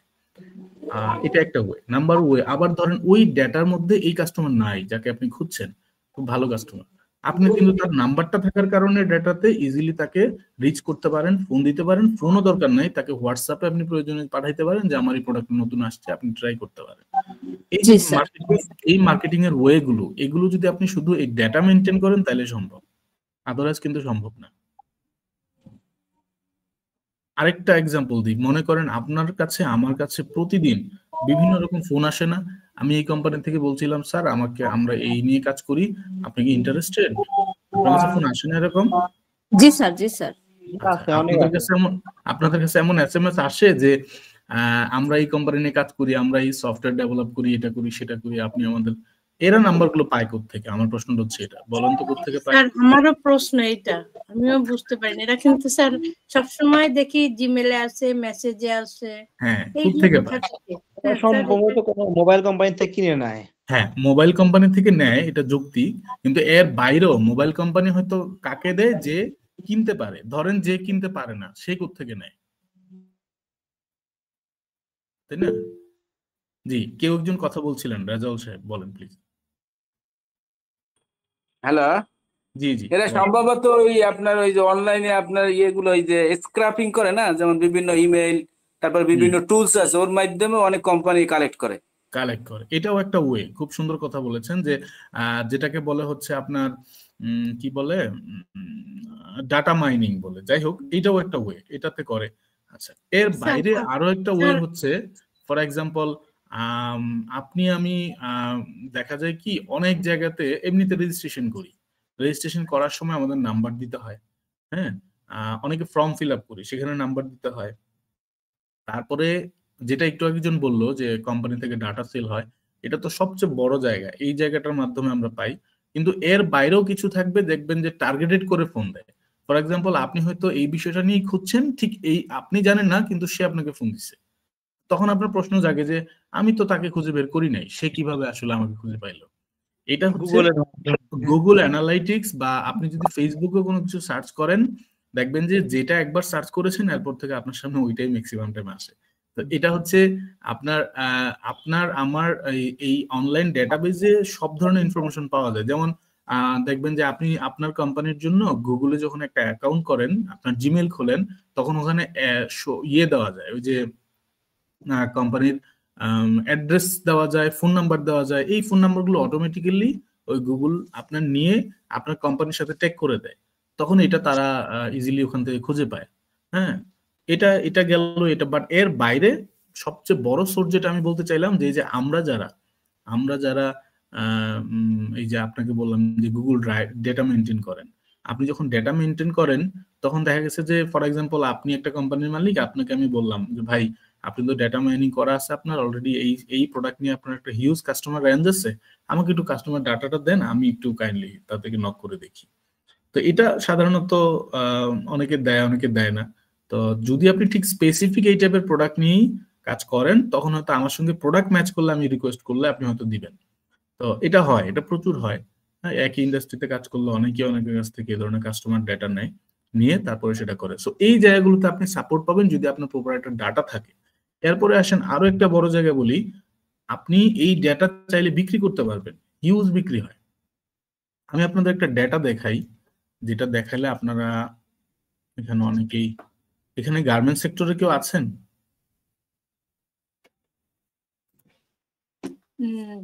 স্যার আমি আছি, মানে আমি বুটিক্সের কিছু কাজ করাই। কাজ করেন? আচ্ছা, ফাইন ফাইন। কিন্তু স্যার আমি হচ্ছে আমার মূলত বিজনেসটা হচ্ছে ফুডের পরে। আমার একটা প্রতিষ্ঠানও আছে, আমি ওখানে শিখাই প্লাস খাবার ডেলিভারি দিই, সারা বাংলাদেশে দেওয়ার চেষ্টা করছি বিস্কিটটা আর আচারটা। তো স্যার আমি অ্যাড দিলে আমার অ্যাডটা কিন্তু মানে আমি দেখেছি লোকাল ভাবে যায়, কিন্তু সব জায়গায় যাচ্ছে না। আর আমি যখন এটা ট্রেনিং এর জন্য অ্যাড দিচ্ছি, ওই অ্যাডটা কিন্তু আমার মানে আমি যাদেরকে টার্গেট করছি তাদের কাছে পৌঁছাচ্ছে না। এখন এটা আমি কিভাবে এটা করতে পারি স্যার? আরো একটা জিনিস যে স্যার আমি দেখেছি যে জিমেলে একবার একটা অ্যাড দিলে আমি যে টার্গেট করে দিই সব জায়গায় যাবে, এইটা কিভাবে আমি একটু জানতে চাই। আচ্ছা রাজি আপু, ধন্যবাদ। আমার বিষয় হচ্ছে আমি বেসিক্যালি আপনার এই যেই মার্কেটিংটার কথা বললেন, এই মার্কেটিং এ খুব বেশি এক্সপার্ট না। আমি মার্কেটিং এ এক্সপার্ট হচ্ছে গিয়ে আপনি কিভাবে মার্কেটিং এর প্ল্যান গুলো করবেন এবং সে অনুযায়ী আগাবেন। কিন্তু আপনার এই যে যেই মার্কেটিং এর কথা বললেন, এই মার্কেটিং এর ব্যাপারে আমার থেকে ভালো হয়তো আপনাকে আরো অন্য কেউ সাজেশন দিতে পারবে। আপনি তাদের সঙ্গে একটু যোগাযোগ করবেন, বিশেষ করে যারা অ্যাড এজেন্সি নিয়ে কাজ করে, শুধুমাত্র অ্যাড এজেন্সি। এখানে যে হৃদয় সাহেব আছে, ওনারা হয়তো আরো ভালো সাজেস্ট করতে পারবে। যারা অ্যাড এজেন্সি আছে, হ্যাঁ, যে তারা এই অ্যাড এজেন্সিরও কিন্তু প্রচুর পরিমাণে কি হয় জানেন, আপনার তারা হচ্ছে এই ডেটা অ্যানালাইসিস করে, যে আপনার কিভাবে আপনি ডেটা অ্যানালাইসিস মানে আপনার কাস্টমার রেঞ্জ নিয়ে ডেটা অ্যানালাইসিস করে, আপনি কোন রেঞ্জের কাস্টমারের কাছে যাচ্ছে, সেটা কি পরিমাণ আপনার রেসপন্স করছে, কি পরিমাণ রিচ হচ্ছে, এই ব্যাপারগুলো নিয়ে তারা কাজ করে। হোপফুলি আপনাকে আমি একটু তাদের সঙ্গে একটু অ্যাড হয়ে একটু জানতে চাচ্ছি, এবং আমাকে এর ভিতরে যে আছে আমাকে যদি সেই বিষয় করে তাহলে আমাকে জন্য একটা হেল্প করে। হ্যাঁ অবশ্যই, এখানে মনে হয় দুই একজন আছে, কয়েকজন দেখলাম, এই যে একজন মেসেজ দিল একটু আগে, উনি মনে হয় এই ধরনের বুস্ট টুস্ট নিয়ে কাজ করে। তো যারা করে তাদের কাছ থেকে এগুলো নিয়ে সাপোর্ট নিতে পারেন, আরো বেশি আপনার জন্য ভালো হবে। বুস্ট তো আমি করতে পারি আমার কার্ড দিয়ে, কিন্তু আমার অ্যাড দিলে আমার অ্যাডটা হচ্ছে না, মানে আমি ঠিক জায়গার মতো আমি মানে আপনার হয়তো তাহলে ফেসবুক পেজে সম্ভবত কোনো ইয়ে আছে, জি টার্গেটিং বলেন। এর সমস্যা হচ্ছে। না টার্গেটিং না, উনি বলছে যে অ্যাডটাই নিচ্ছে না, প্রবলেম হচ্ছে না, এটা। না না স্যার, অ্যাড নিচ্ছে, টার্গেট যাদের ফেসবুকে করছি হুম তাদের কাছে পৌঁছাচ্ছে না এবং তারা আমার কাছে আসছে না। ফাইন, তাহলে এটা প্রবলেম হচ্ছে আপনার টার্গেটিং, উনি যেটা বললো। ফর এক্সাম্পল আপনি হয়তো মেন্স লেডিস এটা একটা ফ্যাক্ট, তারপরে আপনার হচ্ছে এইজ একটা ফ্যাক্ট, তারপরে আপনার এরিয়া একটা ফ্যাক্ট, আপনি হয়তো ওই জায়গাগুলো পারফেক্টলি দিচ্ছেন না, কোথাও না কোথাও যখন মিস্টেক আপনার হচ্ছে। পেজ থেকে দেবেন ওইখানে দেখবেন ভিতরে অপশন আছে, বিভিন্ন অপশন আছে, অপশন গুলা সঠিকভাবে ক্লিক ডাউন করে দিতে হুম। হবে। যেমন আপনি আপু আমি আপনি চুজ করতে পারবেন। জি কেউ বলছিলেন কথা। জি আপু আমি একজন ডিজিটাল মার্কেটার। আমার মনে হচ্ছে আপনার অডিয়েন্স টার্গেটটা ঠিক হচ্ছে না। তো আপনি চাইলে আমার সাথে এমনি পার্সোনালি কন্ট্যাক্ট করতে পারেন, আমি আপনাকে দেখিয়ে দেবো। ঠিক থ্যাংক আছে? ইউ। এই তো আপনি ওনার সাথে একটু কথা আমাকে বলুন। যারা যদি আপনার নাম্বারটা আমাকে যদি একটু দিতেন তাহলে ভালো হতো। আচ্ছা ঠিক আছে আপু। আমি কি আপনার নামটা বলেন, আমি ওখানে এসএমএস করে দেবো। রাজিয়া সুলতানা। আমাদের একটা এজেন্সি আছে, রকটেক এজেন্সি। রাজিয়া সুলতানা, আমি এখানে সার্চ দিলে আপনাকে পাবো। আপনি একটু রাজিয়া আপু একটু হোয়াটসঅ্যাপে হাই দেন, যাতে করে উনি আপনাকে জি পেয়ে জি যায়। আমি হ্যাঁ আপনাকে নাম্বারটা দিয়ে দিতে পারি। ওকে আচ্ছা, তাহলে দেখেন আমি যেটা নিয়ে আপনাদের সাথে কথা বলছিলাম, যে ডাটা কিভাবে ইন্টারন্যাশনাল ডাটা, লোকাল ডাটা কিভাবে প্রচুর পরিমাণে হেল্পফুল। ফর এক্সাম্পল আমার কাছে মূলত, আমি যেহেতু একজন ইন্টারন্যাশনাল মার্কেটিং এক্সপার্ট, সেজন্য আমাকে প্রচুর ইন্টারন্যাশনাল ডাটা কালেক্ট করতে হয়, রিসার্চ করতে হয়। ফর এক্সাম্পল আমি যাদের নিয়ে কাজ করি তারা হচ্ছে দেশের বাইরের ফরেন বায়ার, তারা হচ্ছে আমার কাছ থেকে গুডস নেয়। আমি এখনো আপনাদের এই যে দেখতে পাচ্ছেন, আমি এখনো অফিসে, নিকেতন আমার অফিস, আমি অফিস থেকে বেরোনি, আজকে শেষ করে বেরোবো ওই জন্য। তো এই যে দেখেন আমি একটা ক্লায়েন্টের টোটাল কি ধরনের ডাটা রেখেছি, একদম মানে তার কোম্পানির A to Z সব ধরনের ডাটা। হ্যাঁ ফর এক্সাম্পল সে কোন দেশের, কান্ট্রি হচ্ছে অস্ট্রেলিয়া, সে কোন কন্টিনেন্টে, সে ওশেনিয়ার, তারপর রিজন হচ্ছে গিয়ে অস্ট্রেলিয়া ওশেনিয়া, সেই কাস্টমার নাম হচ্ছে বডি, তার ইয়ারলি রেভিনিউ হচ্ছে $10 মিলিয়ন, তার বাংলাদেশে কোনো অফিস নাই। হ্যাঁ তারপরে সে আমার জন্য পটেনশিয়াল। এই ট্রামগুলো আবার বুঝতে আপনাদেরকে একটু ঝামেলা হবে, সো আমি জাস্ট শর্ট আকারে শেষ করছি যে আপনারা বোঝার জন্য যে ডাটা মাইনিংটা কত ইম্পর্টেন্ট, ডাটা রাখাটা কত ইম্পর্টেন্ট। এই যে ফর এক্সাম্পল আমরা দেখেন যে আমি কি করলাম, যে ওই কোম্পানির কন্ট্যাক্ট পারসন খুঁজে বের করলাম, জেদি জুলিয়ান, তার ডেজিগনেশন কি, তার মেল আইডি কি, সে আবার অ্যাক্টিভ কিনা সেটাও আমি মেল দিলে বুঝতে পারি, যে মেল গেল কিনা, নাকি না মেলটা ডেলিভার্ড হয় নাই। অনেক ক্ষেত্রে মেল ডেলিভারি হয় না, হ্যাঁ ভুল থাকলে সেটাও বোঝার ওয়ে আছে, অনেক ইজি ওয়ে। ফর এক্সাম্পল আমরা যখন মেল দেই, মেল দিলে তখন এটা ইজিলি আপনার বোঝা যায়, ডিঅ্যাক্টিভেট হইলেই সেটা আউটলুকের মাধ্যমে আপনি বুঝতে পারবেন।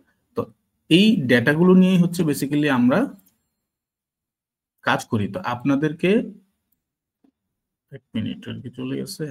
আচ্ছা হ্যাঁ এখন দেখতে পাচ্ছেন আবার, তাই না?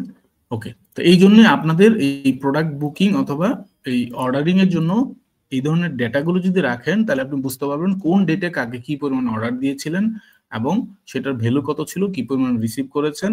এই ডেটাগুলো আপনারা ইজিলি কভার আপ করতে পারেন। এরপরে আসেন যে আমরা ইয়ারলি বাজেট এবং সেলস প্ল্যানিংটা কিভাবে করব, যেটা খুব ইম্পর্টেন্ট। আমরা ইয়ারলি, আমরা যে কস্ট বাজেট, আমরা তো প্রতি মাসের জন্য একটা টার্গেট রাখতে হবে যে আমার এই পরিমাণ সেল আসবে, এই পরিমাণ। কেউ কিছু বলবেন? বলেছেন কেউ নাকি?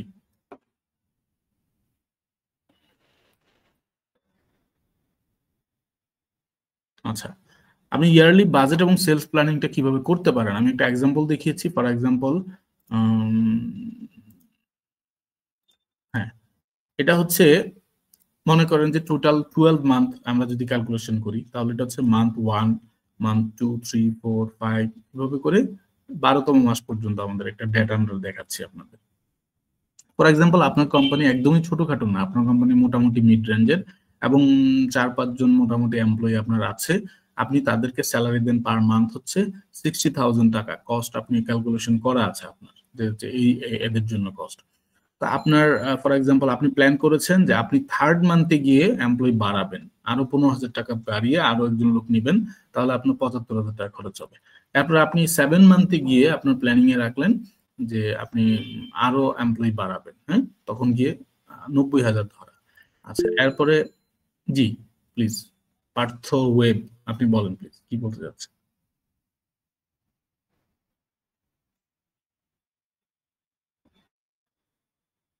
জি শুনছি, বলেন।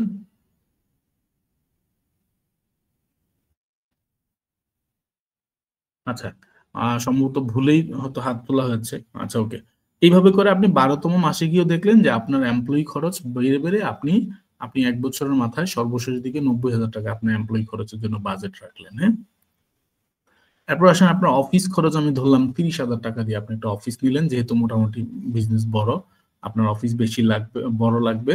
তো এটা তো ফিক্স, এটা তো রাউন্ড দ্য ইয়ারে বাড়ার কোনো সুযোগ নাই, হয়তো পরের বছর বাড়তে পারে। ওকে, তারপরে আসেন আপনার আদার আপনি কস্ট ধরলেন, যে আপনার অফিসের টোটাল এমপ্লয়ি এবং অফিস ভাড়ার বাইরে মানুষ আসা যাওয়া করবে, কিছু আনুষঙ্গিক আপনার আপ্যায়ন বিল টিল সহ মান্থলি আপনার 5,000 টাকা এক্সট্রা খরচ হতে পারে প্রতি মাসে। আচ্ছা, সেটা ধরলেন। তারপরে আসেন এবার আপনার যে আপনি এবার অ্যাডভার্টাইজিং যে করবেন সেই বাজেটটা কিভাবে করবেন। ফর এক্সাম্পল আপনি $20 পার মান্থ আপনি বাজেট করছেন। ওকে, ফর এক্সাম্পল প্রথম মাসে আমরা যদি ধরি জাস্ট প্রথম মাসে আপনি $20 করে পার ডে বাজেট করছেন। ওকে, এটা হচ্ছে ফেসবুক অ্যাড পার ডে। আপনি যদি সেটা চিন্তা করেন যে পার ডে আপনি $20 করে বাজেট করছেন, আপনার একটা ভিউ সেলের টার্গেট, যেহেতু আপনার লোকজন আছে প্রায় 5-6 জন, আপনি তাদের বসায় রাখবেন না অফকোর্স। তো আপনাকে খুব বেশি পরিমাণ অ্যাডভার্টাইজিং করবেন। আপনি $20 অ্যাড দিলেন, তখন আপনার সে অনুযায়ী আপনার ফেসবুক অ্যাডে প্রতি মাসে যাবে তাহলে কত, প্রায় $600, রাইট? আচ্ছা, তারপর আসেন আপনার ফেসবুক অ্যাডে আপনি যদি চিন্তা করেন বাংলাদেশি টাকায় কত যাবে, আমি 145 করে ধরেছি, এটা হয়তো অনেকে আরো কমেও পারে বা বেশি পারে, আমি একটা জাস্ট অ্যামাউন্ট ধরলাম 145 করে। সেটাতে আমার আসে প্রতি মাসে 87,000 টাকা ফেসবুক অ্যাড ক্যাম্পেইন আমার যাচ্ছে।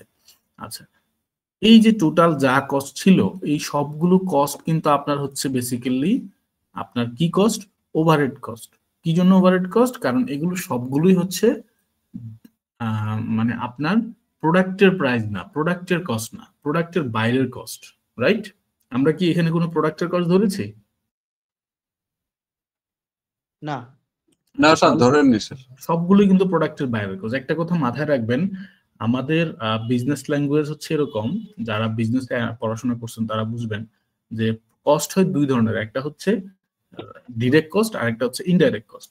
ডিরেক্ট কস্ট কোনটা? যেটা হচ্ছে একদম র মেটেরিয়াল, যেটা সেটা হচ্ছে ডিরেক্ট কস্ট, আর এর বাইরে যা কিছু আছে সব ইনডাইরেক্ট কস্ট। তো ইনডাইরেক্ট কস্টের একটা পার্ট হচ্ছে ওভারহেড কস্ট, অর্থাৎ ওই প্রোডাক্টটা বিক্রি করার জন্য আনুষঙ্গিক যা কিছু লাগবে সবগুলো হচ্ছে ওভারহেড কস্ট। তো আমরা ফর এক্সাম্পল স্যালারি, এটা তো একটা প্রোডাক্ট বিক্রির জন্যই লাগছে, না হলে তো আপনার স্যালারি দিয়ে লোক রাখার দরকার হচ্ছে না, দরকার হচ্ছে। আচ্ছা, অফিস, এটাও তো আপনার প্রোডাক্ট বিক্রির জন্য লাগছে, আপনার আদার কস্টও লাগছে। ফেসবুক অ্যাড, এটা আপনার মার্কেটিং এর জন্য লাগছে, প্রোডাক্ট বিক্রির পারপাসে। এগুলো সব হচ্ছে ওভারহেড কস্ট। এই ওভারহেড কস্ট গুলো যোগ করে দেখলাম যে আমার স্যালারি, অফিস রেন্ট এবং আদার কস্ট সাথে ফেসবুক অ্যাড পার মান্থ আমার 1,82,000 টাকা ফার্স্ট মান্থে আমার লাগতেছে। এবার আসেন যে এই ওভারহেড কস্ট গুলোকেই আপনি হচ্ছে একটা টার্গেট তো আপনি ধরছেন, পার ডে কত পিস বিক্রি করবেন, একটা টার্গেট আছে না আপনার, যেহেতু $20 বুস্ট করছেন, আপনি তো আপনার টার্গেট রেখেছেন যে আমি পার ডে হচ্ছে ফর এক্সাম্পল হ্যাঁ $20 যদি আমি জাস্ট হচ্ছে আমি শুধু 20টা অর্ডারই ধরি, মনে করেন যে ফর এক্সাম্পল আমি পার ডলারে 1 পিস করেই ধরলাম আমার সেল, তা আমার 20টাও যদি অর্ডার হয় পার ডে, তাহলে সেক্ষেত্রে আপনার এই 20টা অর্ডার দিয়ে যদি আপনি এই 1,82,000 ভাগ দেন টোটাল ওভারহেড কস্টকে, তাহলেই দাঁড়াবে সিএসসি। এবার ক্লিয়ার আপনারা? সিএসসি নিয়ে কারো কোশ্চেন আছে কিনা বলেন?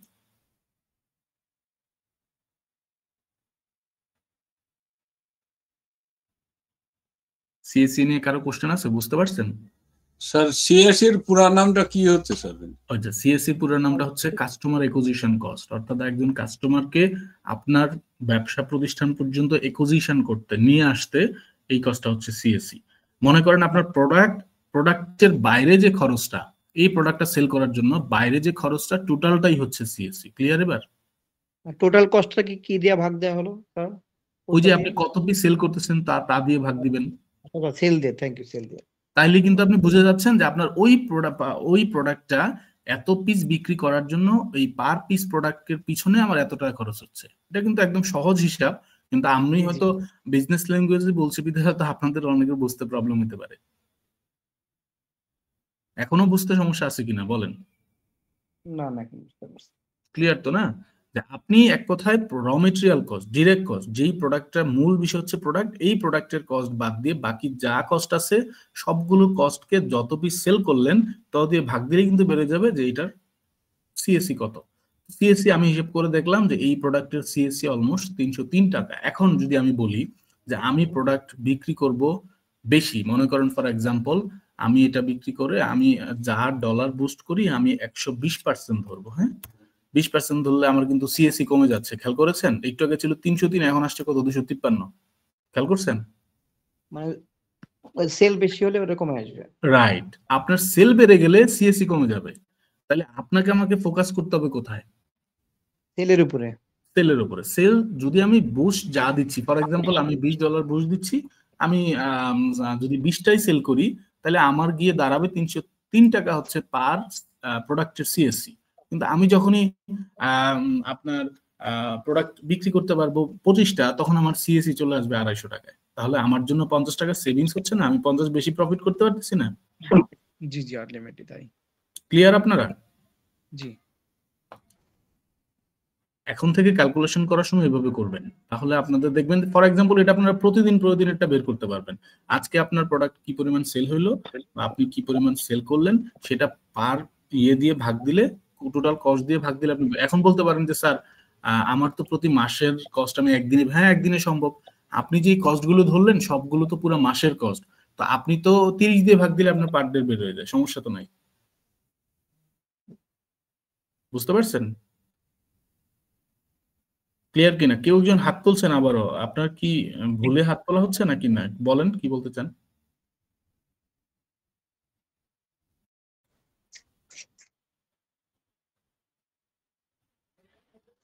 আচ্ছা, ভুলে হয়তো হচ্ছে। ওকে, তো এরপরে এই পর্যন্ত হচ্ছে সিএসসি গেল, হ্যাঁ আমরা দেখলাম। এরপরে আসবে হচ্ছে আপনার র মেটেরিয়াল কস্ট। ফর এক্সাম্পল আপনি প্রোডাক্ট কস্ট ধরলেন, আপনার প্রোডাক্টের ওই যে আমরা একটু আগে প্রোডাক্ট কস্ট ধরলাম প্রোডাক্ট বুকিং এর আগে, মনে আছে? এই যে মনে করেন আমরা যে প্রোডাক্ট কস্ট প্রাইজিং করলাম না, প্রাইজিং করে কত পেলাম? ফর এক্সাম্পল 910 টাকা পেলাম, হ্যাঁ। তো তখন আমি ফর এক্সাম্পল এটা ধরলাম যে 863 টাকা আমার প্রোডাক্টের কস্ট পড়তেছে পার পিসে। তা আমার তাহলে এই যে এই 830 আর 303 দুইটা মিলেই তো আমার হচ্ছে কি এখন আলটিমেটলি কি করতে হবে? স্যার আমাদের এটা তো থাকবে, কি থাকবে? ভিডিওটা তো থাকবে, ভিডিও থাকবে, পাশাপাশি আপনাদের আমি এই ডেটাটা দিয়ে দিব, টোটাল এক্সেল ফর্মটা, আপনারা আপনাদের মতো প্র্যাকটিস করতে পারবেন, কোনো সমস্যা নেই। আচ্ছা স্যার, থ্যাংক ইউ। আমার কস্ট হচ্ছে আপনার 303 টাকা প্লাস 863 টাকা আমার টোটাল কস্ট। এটা হলো কস্ট, আপনি কিন্তু এখনো প্রফিটে যান নাই, শুধু কস্ট। তো আপনাকে এরপরে আপনাকে পার্সেন্টেজ ধরতে হবে কি পরিমাণ প্রফিট করবেন। এরপরে আসেন ফর এক্সাম্পল আমি মনে করেন এইবার আসেন যে আপনার কি পরিমাণ কস্ট পার মান্থ হবে। আমি হিসেব করে দেখলাম আমার 5,17,800 টাকা শুধু কস্ট হচ্ছে এই এক মাসে। আচ্ছা, ওকে, এবার বুঝতে পারছেন? এরপরে আসেন এই এটা গেল, সরি এটা হলো আমি বের করলাম প্রোডাক্ট কস্ট। আপনি যখন 863 টাকা করে এই 20টা প্রোডাক্ট আপনি, ও সরি এখানে একটা ভুল হয়েছে, আপনারা হয়তো খেয়াল করেন নাই। সেটা হচ্ছে আমি যেটা ওভারহেড কস্ট ধরলাম 1,82,000 টাকা, এটা তো পার মান্থ। ক্লিয়ার আপনারা? এটা কিন্তু পার মান্থ। এখন আমি যখন প্রতিদিন 20টা করে টার্গেট করছি, পার ডে $20 বুস্ট দিয়ে 600টা প্রোডাক্ট পার মান্থ বিক্রি হচ্ছে। 600 দ্বারা ভাগ দিতে হবে, তাই তো? 600 দিয়ে ভাগ, আমি 600 দিয়ে ভাগ দিয়েছি, 600 দিয়ে ভাগ দেওয়ার পরে আসছে 303 টাকা পার পিসে। তো এখন তাহলে আপনার এই টোটাল প্রোডাক্ট কস্টটাকে মানে টোটাল প্রোডাক্ট যে প্রাইস সেটা তো পার পিসে আমি ধরলাম 836। তাহলে আমি যে 600 প্রোডাক্ট বিক্রি করব, এই 600 প্রোডাক্টে ইনভেস্টমেন্ট লাগবে না আমার? জি। তো সেই প্রোডাক্টের ইনভেস্টমেন্ট কত? 5,17,800 টাকা শুধু প্রোডাক্টের ইনভেস্টমেন্ট। আর আপনি যদি বলেন এই সিএসসিটাও তো আমার তাহলে ইনভেস্টমেন্ট, সিএসসিটাও তো আমাকে আগে নিয়ে তারপরে মার্কেটে নামতে হবে। আমি কি এছাড়া লোকের স্যালারি না দিলে কাজ করবে? আমি কি বিজ্ঞাপনের টাকা পরে দিতে পারবো? কখনোই না। তাহলে এই সবগুলো কস্ট মিলে আমার দাঁড়াবে তখন 6,99,800 টাকা। অর্থাৎ এই 1,82,000 যোগ হচ্ছে 5,17,800, দুইটা মিলে দাঁড়াবে 6,99,800 টাকা পার মান্থ প্রথম মাসে। এরপরে গিয়ে আমি দেখবো যে আমি এবার তাহলে টোটাল কস্ট পার মান্থ কত দাঁড়াইলো, মানে টোটাল প্রোডাক্ট। তাহলে গিয়ে দেখেন প্রোডাক্টে গিয়ে কিন্তু ওই 303 আর 863 যোগ করলে কিন্তু 1166 আছে, তাই না? জি টোটাল এই যে কস্ট প্লাস ওই আপনার এই ভ্যালুটা। হ্যাঁ, এই টোটাল কস্ট হচ্ছে আপনার পার পিসে 1166। এবার আসেন আপনি টার্গেট করতেছেন কি পরিমাণ, ওই যে আমরা দেখাইলাম যে আমি টার্গেট করছি 20, আমি সেই অনুযায়ী পার মান্থ আমার 600 প্রোডাক্ট সেল হচ্ছে, জেনারেট হচ্ছে। এরপরে আসেন যে আপনি তখন বের করতে পারবেন যে আপনার এইবার আপনি সেল করবেন কত। তো আপনার তো অলরেডি 1160 টাকা প্রোডাক্টের কস্ট, তাহলে আপনাকে তো একটা যে যেইভাবে চিন্তা করেন, ফর এক্সাম্পল আমি এখানে লিখেছি আমি প্রোডাক্টটা বিক্রি করব 1550 টাকা। তো 1550 টাকা যদি বিক্রি করি তাহলে আমার প্রফিট মার্জিন কত থাকবে পার পিসে? 384 টাকা। একটা মজার বিষয় দেখেন, আপনি যখনই এই জায়গায় ওই যে পার ডে প্রোডাক্টের সেল বাড়াইতে পারতেছেন, অটোমেটিক্যালি কিন্তু মার্জিনও বেড়ে যাবে। দেখেন আমি আপনাদের দেখাই, মনে করেন আমি 100 না 140% যদি আমার সেল নিয়ে আসতে পারি, দেখেন আমার একটু আগে ছিল কত আর এখন 470-এ চলে আসছে না? জি মানে সেল বেশি হলে অটোমেটিকলি আমার প্রফিট রেঞ্জ পার পিসেও বেড়ে যাবে, আমার পার পিসেও বেড়ে যাবে। ওকে, এই হচ্ছে, এই জন্য আপনাদের ফোকাস করতে হবে যে কিভাবে এমপ্লয়ীদেরকে খুব সুন্দরভাবে ট্রেন আপ করে আপনারা ওই জায়গাটা ফোকাস করতে পারেন, কাস্টমার সার্ভিসে ফোকাস করতে পারেন, তাহলে অটোমেটিক্যালি আপনাদের এই সেল জেনারেটটা পার পিসেও বেড়ে যাবে। পার পিসে যখন বেরোবে, আপনি যখন 384 টাকা আপনার সব কস্ট বাদ দিয়ে প্রফিট করবেন, তখন আপনার টোটাল কি পরিমাণ রেভিনিউ জেনারেট হচ্ছে দেখেন, 9,30,000 টাকা। সরি, এই রেভিনিউটা জেনারেট হচ্ছে আপনার এই যে এটার, এই যে আপনার টোটাল কস্ট অনুযায়ী রেভিনিউ। হ্যাঁ, এক মিনিট, না সরি, টোটাল রেভিনিউ জেনারেট হচ্ছে আপনার 9,30,000 টাকা, যেটা আপনি 600 পিস প্রোডাক্ট বিক্রি করে 384 টাকা করে আপনি বিক্রি করতে পারতেছেন। এটা হচ্ছে আপনার 9,30,000 টাকা আপনার প্রফিট উইদাউট কস্ট। ক্লিয়ার? জি বুঝতে পারছেন কিনা? আমি বুঝতে পারছি, এখন বাকিটা কি? জি স্যার, স্যার আমি তো বুঝতে পারিনি, একটু মাঝে পড়ে একটু গ্যাপ পড়ে গেছিলাম। হ্যাঁ, আমি বলি আপনাকে, মার্জিনের পরে আপনি যখন টোটাল রেভিনিউ, আমি দুইটা বিষয় বলি, একটা হচ্ছে ইনভেস্টমেন্ট। ক্লিয়ার কিনা আপনার? ইনভেস্টমেন্ট কি বলেন তো? টিএল থেকে শুরু করে এবং না, সবকিছু ইনভেস্টমেন্ট হচ্ছে যেটা আপনি ইনভেস্ট করছেন, যে টাকাটা অলরেডি আপনি ব্যবসায় বিনিয়োগ করবেন, ইনভেস্টমেন্ট। আর রেভিনিউ মানে কি? রেভিনিউ এবং প্রফিট দুই পয়েন্ট, কিন্তু আপনারা অনেকে এটা মিলিয়ে ফেলেন। রেভিনিউ এক জিনিস, প্রফিট আরেক জিনিস। রেভিনিউ হচ্ছে টোটাল যা সেল হয়েছে, তার মানে কিন্তু সেল এবং রেভিনিউ একই জিনিস, সেল ভ্যালু এবং রেভিনিউ একই জিনিস, কিন্তু প্রফিট আর রেভিনিউ কিন্তু এক জিনিস না। ফর এক্সাম্পল, পুরো মাসে আপনার টোটাল বিজনেস হয়েছে 5 লাখ টাকা, এটা হচ্ছে আপনার ইয়ারলি মান্থলি রেভিনিউ। ক্লিয়ার আপনারা? জি জি। কিন্তু এর মধ্যে কিন্তু আপনার ইনভেস্টমেন্ট আছে, এর মধ্যে আপনার প্রফিট আছে, দুইটা পার্ট আছে, একটা হচ্ছে ইনভেস্টমেন্ট আর একটা প্রফিট। ক্লিয়ার? কিন্তু রেভিনিউ মানেই কিন্তু আপনার প্রফিট না। তার মানে তো এখানে 9,30,000 টাকা প্রফিট হলে তো বিশাল ব্যাপার। আপনি আমার এটার মধ্যে তো আমার কষ্ট অন্তর্ভুক্ত আছে, কারণ রাইট। এই 9,30,000 টাকা হচ্ছে আপনি যে 1550 টাকা করে বিক্রি করতেছেন এই 600 প্রোডাক্ট, সেটা বিক্রি করার রেভিনিউ হচ্ছে 9,30,000। কিন্তু এর মধ্যে আপনি বাদ যাবে কি? এর মধ্যে বাদ যাবে এই যে আপনি যে 6,99,800 টাকা আপনার টোটাল কস্ট ছিল, এই ইনভেস্টমেন্টটা, এটা তো ইনভেস্টমেন্ট, এটা বাদ যাবে। বাদ গিয়ে এবার থাকবে আপনার প্রফিট পার মান্থ 2,30,200 টাকা। ক্লিয়ার? জি জি, ঠিক। এটা হচ্ছে ফার্স্ট মান্থ।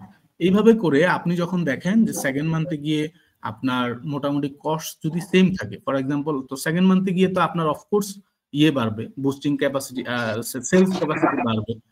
আমি তখন ধরলাম যে 22টা হলো, 24টা হলো, 28টা হলো, এভাবে করে যদি আপনি শেষের মান্থে গিয়ে $35 ইনভেস্ট করে 35টাও আপনি সেল আনেন, আপনার তখন দেখেন আপনার অর্ডার কোয়ান্টিটি বেড়ে যাচ্ছে, 1050 হয়ে যাচ্ছে ওই মাসে আপনার সেল। তারপরে আপনি 1550 বিক্রি করলেন, তখন আপনার 425 টাকা পর্যন্ত প্রফিট হচ্ছে। আপনার প্রফিট রেঞ্জ কিন্তু দিন দিন পার পিসে বাড়বে, বিকজ অফ আপনি তো সেলস বেশি করছেন। হ্যাঁ, এরপরে গিয়ে সর্বশেষ মান্থে গিয়ে 12 মান্থে গিয়ে আমরা দেখতে পারবো টোটাল কস্ট এভরিথিং বাদ দিয়ে আপনার 4,44,000 টাকা থাকবে। তো এটা হচ্ছে একটা ক্যালকুলেশন, এবং এটা যদি আপনি পারফেক্টলি বুঝে শুনে করতে পারেন, ঠিক আমি আপনাকে 100% এশিওর করতে পারবো যে এই ভ্যালু অনুযায়ী আপনার দিন শেষে আপনি প্রতিদিন হিসাব প্রতিদিন মিলাতে পারবেন। ফর এক্সাম্পল, এখানে প্রতিদিনের হিসাব আছে না, যেখানে আমি 35টা সেল, আপনি 35টা সেল আনেন, ঠিক আপনার দেখবেন দিন শেষে, মাস শেষে এই ভ্যালু আপনার পকেটে মাস্ট আপনার থাকবে। বাট আমরা এইখানে একটা মজার বিষয় আছে, আমরা যেটা করি মনে করেন যে আমার যা রেভিনিউ আসতেছে, বিক্রি করে যা আসতেছে, আমরা হয়তো সেটাকে কখনোই, বাংলাদেশ এটা বেশি হয়, আমরা আমাদের রেভিনিউটাকে কখনো আলাদা করে রাখি না, যে আমার এটা হচ্ছে ইনভেস্টমেন্টের টাকা, এটা প্রফিটের টাকা, এটা কিন্তু আমরা কেউ করি না। কিন্তু এটা যারা করতে পারবেন পারফেক্টলি, যে আজকে আমার টোটাল মান্থলি এই মাসে হচ্ছে আমার টোটাল 9,30,000 টাকা রেভিনিউ আসছে, আমার এখানে 6,99,800 টাকা ইনভেস্টমেন্ট, আমি এই টাকাটা আলাদা থাকবে, এই প্রফিটের টাকা 2,30,000 আলাদা থাকবে। এটা যদি কেউ পারফেক্টলি করতে পারেন, অর্থাৎ এই 2,30,000 টাকা আপনি ইনভেস্টমেন্টে নিতে পারবেন, কিন্তু ইনভেস্টমেন্টের টাকা প্রফিটে নিতে পারবেন না কখনোই। যদি নেন তাহলে আপনি বিজনেসে আসলে আলটিমেটলি ভরাডুবি, দিন দিন দেখবেন খালি শুধুমাত্র শর্টেজ হচ্ছে, এই প্রবলেম। এটাই হচ্ছে মূল প্রবলেম আমাদের দেশে ঠিকছে বিজনেস। ক্লিয়ার কিনা আপনারা এই ডাটাটা? জি ক্লিয়ার। এরপরও যদি আরো থাকে আপনারা এটা আমি দিয়ে দিব, আপনারা একটু অ্যানালাইসিস করলে তখন আপনি ক্যালকুলেট করতে পারবেন যে আপনি টোটাল এক বছরে কত টাকা স্যালারি দিলেন, কত টাকা অফিস রেন্ট দিলেন, কত টাকা অন্যান্য কস্ট দিলেন, ফেসবুকে কত টাকা গেল। ফেসবুকে দেখেন আপনার ফেসবুক অ্যাডভার্টাইজিং এ গেল প্রায় কত, ফর এক্সাম্পল এখানে 14 লাখ টাকার মতো ফেসবুক অ্যাডভার্টাইজিং এ গেল। ওভারহেড কস্ট গিয়ে দাঁড়াইলো অলমোস্ট প্রায় 27 লাখ টাকা। তারপরে আপনার সিএসসি গিয়ে দাঁড়াবে 290 এভারেজে। আচ্ছা, তারপরে আপনার আপনি দেখেন যে আপনার টোটাল পার মান্থে গিয়ে পুরো বছরে 9,660টা প্রোডাক্ট আপনি সেল করতে পারছেন। তারপরে আপনার টোটাল রেভিনিউ আসতেছে প্রায় 14 লাখ টাকার মতো। তারপরে টোটাল মান্থে আপনি প্রফিট করতে পারছেন প্রায় 38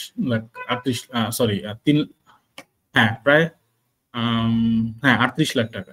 তো ব্যাপারটা হচ্ছে টোটাল বিষয়টাই ডিপেন্ড করে আপনার প্রজেকশনের উপরে, আপনার চিন্তা শক্তির উপরে। এইভাবে করে যখন আলাদা আলাদা আপনি প্ল্যানিং করবেন, প্ল্যানিং এর উপরে। এখন আপনি দেখেন যে ফার্স্ট মান্থে কোনো কারণে আপনি যদি না পারেন, সেকেন্ড মান্থে গিয়ে মিট আপ হয় কিনা, সেকেন্ডে না হলে থার্ড মান্থে, কিন্তু আপনার যদি কোনো প্রজেকশনই না থাকে, দিন শেষে আপনি তো বুঝতেই পারবেন না আপনি কি নিচের দিকে যাচ্ছেন না উপরে উঠতেছেন, এটা তো বোঝা সম্ভব না, রাইট? জি। সেজন্য প্রজেকশন করতে হবে আগে, তারপরে বিজনেস শুরু করেন। আমি এখানে যেটা ধরেছি এটা হচ্ছে একদম, ফর এক্সাম্পল এখানে কেউ আছেন বলেন তো যে আপনার $20 বুস্ট করলে 20টাই অর্ডার হয়, বেশি হয় না? কেউ বলতে পারবেন? স্যার আমি কখনো এভাবে বুস্ট করিনি। আর স্যার আপনার নাম্বারটা যদি আমাদেরকে দিতেন। হ্যাঁ অবশ্যই দিব, কোনো সমস্যা নেই, আমি দিব। আমিও বেসিক্যালি বুস্টের এক্সপার্ট না, বাট আমি এক্সপার্ট হচ্ছে প্ল্যানিং এবং সেই অনুযায়ী এক্সিকিউশনে। ফর এক্সাম্পল আমি বুস্ট থার্ড পার্টি দিয়ে করাই, কিন্তু আমি আমার প্রোডাক্টের এক্সিকিউশনও আমি করি এবং প্ল্যানিংও আমি করি। আমি দিন শেষে দেখি প্ল্যানিং এবং এক্সিকিউশনের সাথে ম্যাচ করে কিনা। আর বুস্টের জন্য কারণ একটা স্বাভাবিক বিষয় কি, আপনি প্রতিটা বিষয়ে এক্সপার্ট হবেন না, আর যদি হনও প্রতিটা বিষয় নিয়ে ওইভাবে কাজ করা আপনার পক্ষে সম্ভব না, আপনাকে কারো না কারো এগিয়ে নিতেই হবে। হ্যাঁ, সো সেই সাপোর্টটা আপনি বাইরে থেকে নেন, কিন্তু আপনি আপনার প্ল্যানিং এর সাথে এক্সিকিউশনটা পারফেক্টলি করেন, দিন শেষে আপনি এখান থেকে গেইন করতে পারবেন। জি স্যার, এই জন্য আপনার কাছে একটু বিরক্ত করব, করার সময় যদি বেঁধে যায় স্যার আপনাকে ফোন করব। আচ্ছা ওকে, তারপরে আসি আমরা সবচেয়ে ইম্পর্টেন্ট পার্ট যেটা বললাম, যে আপনি কাস্টমার ডেটা ম্যানেজমেন্ট এবং প্রফিটেবিলিটি ম্যানেজমেন্ট কিভাবে করবেন। কেউ এভাবে করেন কিনা আমি জানি না, যদি করে থাকেন তাহলে আপনি আপনার মানে ই কমার্স ইন্ডাস্ট্রিতে আপনি কখনোই হতাশ হবেন না। এই কারণে আপনি ভাববেন যে আমার কাছে তো অন্তত 10,000 কাস্টমার একটা ডাটাবেজ আছে, আমি তো ইজিলি 10,000 কাস্টমারকে যদি বাল্ক এসএমএস আমি করি, আমার 10,000 কাস্টমারের কাছে আমার ইনফরমেশন পৌঁছে যাবে যে ভাই আমি নতুন প্রোডাক্ট নিয়ে আসছি, তুমি নাও, ইজিলি চলে যাবে। আপনারা আমার কাছে এই যে দ্বারা যেটা সেটা বিভিন্ন কোম্পানির এসএমএস গুলো আসছে কিভাবে, ওরা বাল্ক এসএমএস করে, আপনার ফ্রেন্ডও পায়, আমিও পাই, এত মানুষ পায় কিভাবে বলেন? বাল্ক এসএমএস করছে না, সেটার জন্য হয়তো 10 পয়সা 15 পয়সা 30 পয়সা খরচ হচ্ছে ওদের পার ইয়েতে, তাই না? আচ্ছা দেখেন, আমি একটা ডাটাবেস দেখাই আপনাদের, এটা কি দেখতে পাচ্ছেন? জি দেখা যাচ্ছে। জি স্যার দেখা যাচ্ছে। এটা খুব সুন্দরভাবে খেয়াল করে দেখেন, আপনারা যদি এভাবে করতে পারেন আপনাদের সারা জীবন কাস্টমার আপনার ঘরে থাকবে, কোনোদিন অন্য কারো হবে না। একই কাস্টমার আপনার রাউন্ড দ্য ইয়ার বারবার প্রোডাক্ট নিবে। দেখেন এটা সুন্দরভাবে মেনটেন করুন। প্রথম বিষয় হলো কি করছি আমি, দেখেন একটা ডেট দিছি, ফর এক্সাম্পল আজকের ডেট দিই আমি 10/01/25, আজকের ডেটই আমি দিলাম ফর এক্সাম্পল। তো আজকের ডেটে আমার কি কি সেলস হচ্ছে এবং আজকের ডেটে আমি কি প্রফিট করছি আমি সব কিন্তু বের করতে পারবো দিন শেষে, আজকেই আমার ক্লিয়ার হয়ে যাবে। দেখেন ফর এক্সাম্পল আমি প্রথমেই ফোন নাম্বার দিলাম, বিকজ আমার ট্র্যাকিং এর জন্য ফোন নাম্বারটা তার লাগবে সব জায়গায়। আপনি যদি বলেন আপনার কুরিয়ার কোম্পানি সার্চ করতে ফোন নাম্বার লাগবে। আপনি কাস্টমার যখন ফোন দিয়ে বলবেন, ভাই আমি এই কাস্টমার বলছিলাম, ভাইয়া প্লিজ আপনার অর্ডার যে করেছেন ওই নাম্বারটা বলেন, তখন আপনি ইজিলি এই যে কন্ট্রোল অ্যাপ থেকে সার্চ দিয়ে মনে করেন আমি বললো কি 088, এই যে দেখেন 088 চলে আসছে, ইয়েলো মার্ক আসছে না, ইজিলি সার্চ করতে পারেন। আচ্ছা, ফোন নাম্বার দিবেন আগে তার, এরপর আসেন তার নাম লিখবেন, এরপরে আপনি তার ডিটেলসটা লিখলেন, এরপরে আপনি এই সিওডি মানে তো আপনারা সবাই বোঝেন, আমার চেয়ে ভালো বোঝার কথা, সিওডি বোঝেন না? জি স্যার না। জি স্যার বুঝি স্যার, এটা cash on delivery. Cash on delivery, COD মানে হচ্ছে সিওডি অ্যামাউন্ট, কত টাকা আপনি তার কাছ থেকে ক্যাশ অন ডেলিভারিতে পাবেন। মনে করেন ফর এক্সাম্পল এই প্রোডাক্ট, হ্যাঁ ফর এক্সাম্পল আপনি হয়তো তার কাছে এই প্রোডাক্টটা বিক্রি করেছেন, যাই প্রাইস হয়েছে আপনি তা বলেছেন যে তার কাছ থেকে 570 টাকার ডেলিভারি কি করবেন, আপনি ক্যাশ নিবেন, তো আপনি 570 টাকা এখানে লিখলেন। এরপরে লিখবেন যে আপনি কত টাকা কালেক্ট করলেন। ফর এক্সাম্পল মালটা নিয়ে গেল গতকাল, আপনি তখন লিখলেন যে আপনার 570 টাকায় কালেক্ট হলো। কোনো কারণে অনেক ক্ষেত্রে কম হয়, সেই জন্য এটা নোট রাখতে হয়। আচ্ছা, তারপরে আপনি তার কাছ থেকে অ্যাডভান্স কত টাকা রিসিভ করেছেন। ফর এক্সাম্পল সে ঢাকার বাইরে ছিল, তার বাসা ছিল সম্ভবত সিরাজদিখানে, এর জন্য আপনি কি করলেন 120 টাকা আপনি তার অ্যাডভান্স তার কাছ থেকে নিয়েছেন। হ্যাঁ, আচ্ছা, তারপরে এই যে 120 টাকা নিলেন, এটাও তো আপনার সেলসেরই পার্ট। আপনি যে 120 টাকা অ্যাডভান্স নিলেন, এটা আপনার সেলসের পার্ট না, নাকি এটা আপনার হিসাবে আনবেন না, কোনটা? আচ্ছা, তাইলে আপনার কি দাঁড়াইলো, এই কালেক্টেড অ্যামাউন্ট এবং অ্যাডভান্স দুইটা মিলেই তো আপনার সেলস, রাইট?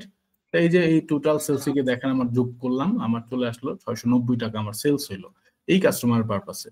আমার ডেলিভারি চার্জটা কত? ডেলিভারি চার্জটা আপনি ফর এক্সাম্পল 120 নিলে অনেকে অনেক ক্ষেত্রে কম লাগে, আর কারো বেশি লাগে, তো ডেলিভারি চার্জ এটার পিছনে 110 টাকা খরচ হয়েছে। এরপরে আসেন যে বাইং প্রাইস, আমার এই প্রোডাক্টের বাইং প্রাইস কত, শুধু প্রোডাক্টের বাইং প্রাইস কত, 320 টাকা ফর এক্সাম্পল। তাহলে আমার টোটাল কস্ট কত দাঁড়াইলো, একটা হচ্ছে ডেলিভারি কস্ট আর একটা হচ্ছে এই বাইং প্রোডাক্টের বাইং কস্ট, দুইটা মিলে 430 টাকা কস্ট হলো আমার এই প্রোডাক্টে। নর্মালি যদি বলি তাহলে হচ্ছে just ground benefit, not net benefit. হ্যাঁ, সেই বেনিফিট হচ্ছে এটা 260 টাকা আমার অ্যাক্সেস রয়ে গেছে আমার কস্টের বাইরে। এরপরে আসেন এই 260 টাকা যদি থাকে, আমি এখন কি নোট করব যে এই কাস্টমার কোন কোডটা আমার নিল, কারণ প্রোডাক্ট তো অনেক ক্ষেত্রে অনেক বড় নাম হয়, সেটা মনে রাখা সম্ভব না, এই জন্য বলছিলাম কোড ইউজ করতে, আপনারা করেন হয়তো। কোডটা দিয়ে আপনি নোট রাখলেন, পার্সেল আইডি ট্র্যাকিং এ রাখলেন, যে যেই পার্সেলটা যাচ্ছে যে কুরিয়ারে তাদেরকে নাম্বার ক্রিয়েট হয়, জেনারেট হয়, আপনি সেটা নোট রাখলেন। এরপরে 2 দিন পরে আপনি ডেলিভারি রিপোর্টটাও পেলেন, ডেলিভারি ডান লিখে দিলেন। এরপরে আপনি 3 দিন পরে মনে করেন পেমেন্ট পেলেন কুরিয়ার থেকে, তাহলে আপনি সেখানে পেইডও লিখে রাখলেন। কোনোটা না পাইলে আপনি এখানে খালি রাখলেন, দিন শেষে ফলো আপ করতে আপনার সুবিধা হলো। যদি ওই কাস্টমার কোনো স্পেশাল নোট দেয় তাহলে আপনি নোটটা রাখলেন, তো তখন আপনি কিন্তু দিন শেষে দেখতে পাচ্ছেন যে আপনার কি পরিমাণ রেভিনিউ জেনারেট হচ্ছে। আপনার টোটাল এই সেলস এর ঘরে গেলে আপনি দেখতে পারবেন, ফর এক্সাম্পল আপনার এই 4840 টাকা হলে আপনার কি ওই দিনে সেল হইলো। ওকে, আমরা দেখতে পেলাম যে 4840 টাকা আমাদের ওই একই দিনে সেল হইলো। তারপরে আমি আবার দেখতে পেলাম ওই দিন আমি কয় টাকা ডেলিভারি চার্জ দিছি, আমি ওই দিনে আবার এই 1760 টাকা আমার প্রফিট করছি। হ্যাঁ, বুঝতে পারছেন?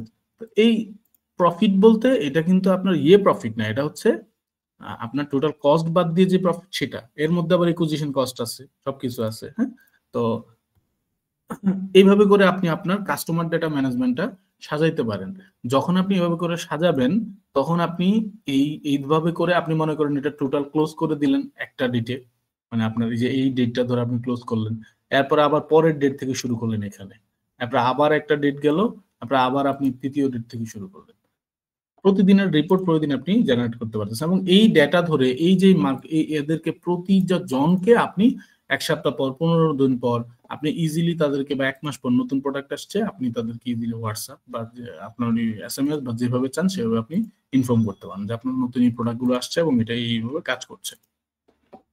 এরপরে আমরা যদি যাই যে অ্যাকাউন্টস ম্যানেজমেন্ট কিভাবে করবেন, ফর এক্সাম্পল একদম যারা বলেন যে আমরা আসলে অত হ্যাসেলে যাইতে চাই না, খুবই ছোট আকারে করতে চাই, তাদের জন্য এই ফরম্যাটটা খুবই সুন্দর, আপনি করতে পারেন। হ্যাঁ, যেমন ধরেন ফর এক্সাম্পল আপনাদের প্রথমে কি করলেন, এই যে দেখা যাচ্ছে, জি স্যার দেখা যাচ্ছে। মানে একটা শিটে আপনি খুব সুন্দরভাবে কিন্তু এগুলো করতে পারেন। ফর এক্সাম্পল, আপনি প্রথম সিরিয়াল নাম্বার দিলেন, তারপরে প্রথম হচ্ছে ডেট দিলেন। রিসিপ্ট মানে হচ্ছে আপনি টাকাটা যে জায়গা থেকে আসছে, আপনার বিজনেসের জন্য টাকা তো আপনাকে আগে কোথাও থেকে আনতে হবে, তারপরে এটার অধীনে খরচ করবেন।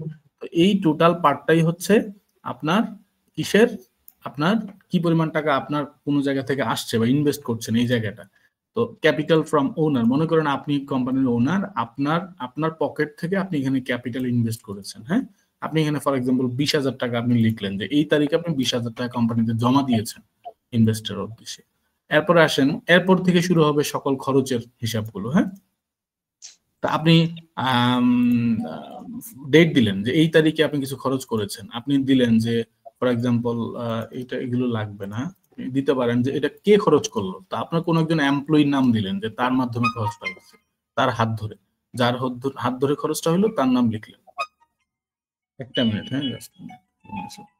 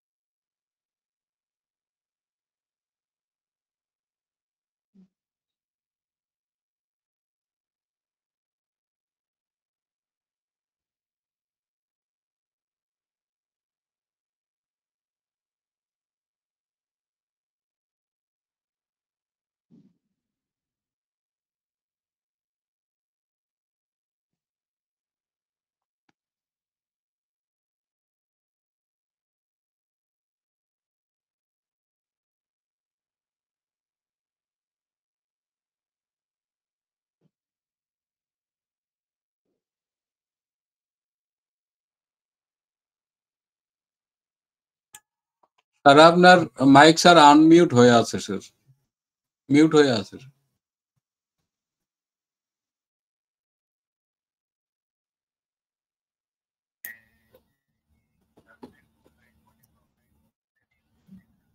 এগুলো এগুলো আমি দেখি, ছবি হয়তো খুঁজে পাওয়া যাবে, দেখি স্যার তাহলে খুঁজে পাই কিনা। আচ্ছা, ওকে ওকে, ঠিক আছে ঠিক আছে।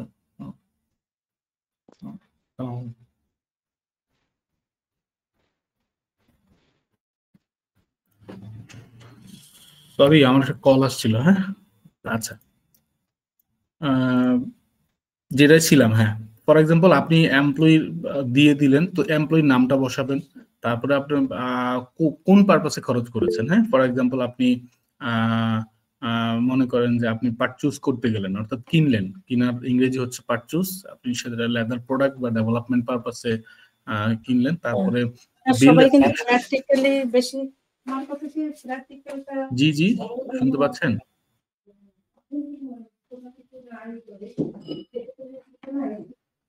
শুনতে পাচ্ছেন?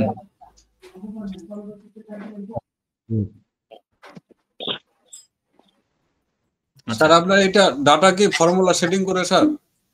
ফর্মুলা এক্সেল ফর্মুলা সেটিং করে স্যার, গুগল এক্সেল এর ফর্মুলা। হ্যাঁ, সমস্যা নেই, আপনারাও চেঞ্জ করতে পারবেন। আমি তো কাজ করতে গিয়ে আমার মতো করে ইজি করার জন্য ধরেন যে ডাটা মানে ইয়ে করে নিচ্ছি, কি বলে আপনার সব ফরম্যাট করে নিচ্ছি, আপনারা ভেঙে আবার আপনাদের মতো করতে পারবেন, কোনো সমস্যা নেই।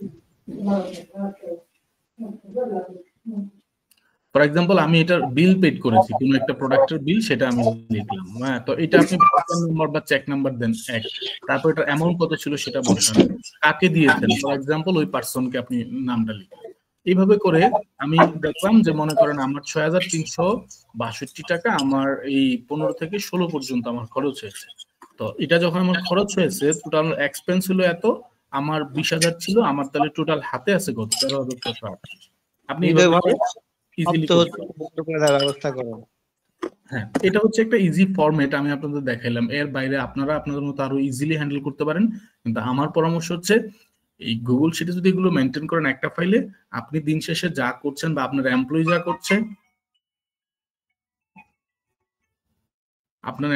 করছে, আপনি কিন্তু ইজিলি সেটাকে প্রতিদিন দেখতে পাচ্ছেন যে কি হচ্ছে না হচ্ছে। এই ছিল আজকের মতো আমাদের আলোচনার বিষয়। আমি একটা মিনিট জাস্ট ইয়ে করে দিই, দাঁড়ানো আমি। তারপর আপনাদের আর কারো কোনো কোশ্চেন আছে কিনা বলেন। আসসালামু আলাইকুম রহমতুল্লাহ। ভাইয়া আপনার যে আপনার সাথে একটু যোগাযোগ করতে, যেমন রাজিয়া আপা বললেন, আচ্ছা আমরা যদি আমি আমাদের আপনাকে ব্যবসা বিষয়ে একটু পরামর্শ করতে পারতাম আলাদা। অবশ্যই আমি আপনাকে বলি, এখানে আমরা ওপেনিও ডিসকাশন করতে পারি, সবার এটা সবাই জানতে পারলো, বুঝতে পারলো। যদি সময় দেন তাহলে আমরা করব। আমি যারা বিজনেসে আছে, পার্সোনালি একটা জায়গায় ক্লাস নিয়ে বেশ অনেকদিন ধরে, শিল্প মন্ত্রণালয়ের বিসিকে উত্তরায়, সেখান থেকে প্রায় প্রতি ব্যাচে যারা আমার ক্লাস করে তাদেরকে নিয়ে আমার একটা হোয়াটসঅ্যাপ গ্রুপ আছে। তো আমি মূলত এটা করেছি এই কারণে যে আপনারা যারা বিভিন্ন কোয়ারি থাকে, এখানে দুইটা ক্লাস নিই আমি, একটা হচ্ছে এক্সপোর্ট মার্কেটিং আর একটা হচ্ছে লোকাল মার্কেটিং। তো আপনারা যারা যেটা কোর্স করে আমি তাদেরকে ওই গ্রুপে ইনক্লুড করাই। তো আমি আপনাদেরকে গ্রুপের লিঙ্কটা দিয়ে দিব হোয়াটসঅ্যাপ গ্রুপে। আপনারা হচ্ছে আপনাদের মতো সবাই জয়েন করে যে কোয়ারি আমার সঙ্গে ওখানে যদি আলাপ শেয়ার করেন, আমি জাস্ট যে কোনো ফ্রি টাইমে আবার সেটা রিপ্লাই দিয়ে দিব। এটা একটা ওয়ে হতে পারে। স্কিটিতে আপনি ক্লাস করান? উত্তরা 6 এ স্কিটিতে, রাইট। আচ্ছা, হোয়াটসঅ্যাপের লিংকটা শেয়ার করুন। আমি এখনই দিয়ে দিচ্ছি আপনাদের। এটা একটা ওয়ে হতে পারে। আরেকটা ওয়ে, আপনার কন্টাক্ট নাম্বারটা কি আমাদের দেওয়া যাবে? এই যে আমি স্ক্রিনে নাম্বারটা দিয়ে রেখেছি, দেখতে পাচ্ছেন? না তো দেখতে পাচ্ছি, দেখা যাচ্ছে তো লাস্টে 222। রাইট। স্যার আমি দেখতে পাচ্ছি না, যদি দয়া করে কেউ একজন আসতে হবে আপনাকে। ওকে, আপনি লিখেন মোবাইলে। জি স্যার, জি ওই স্ক্রিনে। জি স্ক্রিনে। জি স্যার। আচ্ছা, আমি হোয়াটসঅ্যাপে একটা লিংক দিয়েছি আপনাদের হোয়াটসঅ্যাপ গ্রুপে, দেখেন, দেখতে পেয়েছেন সবাই?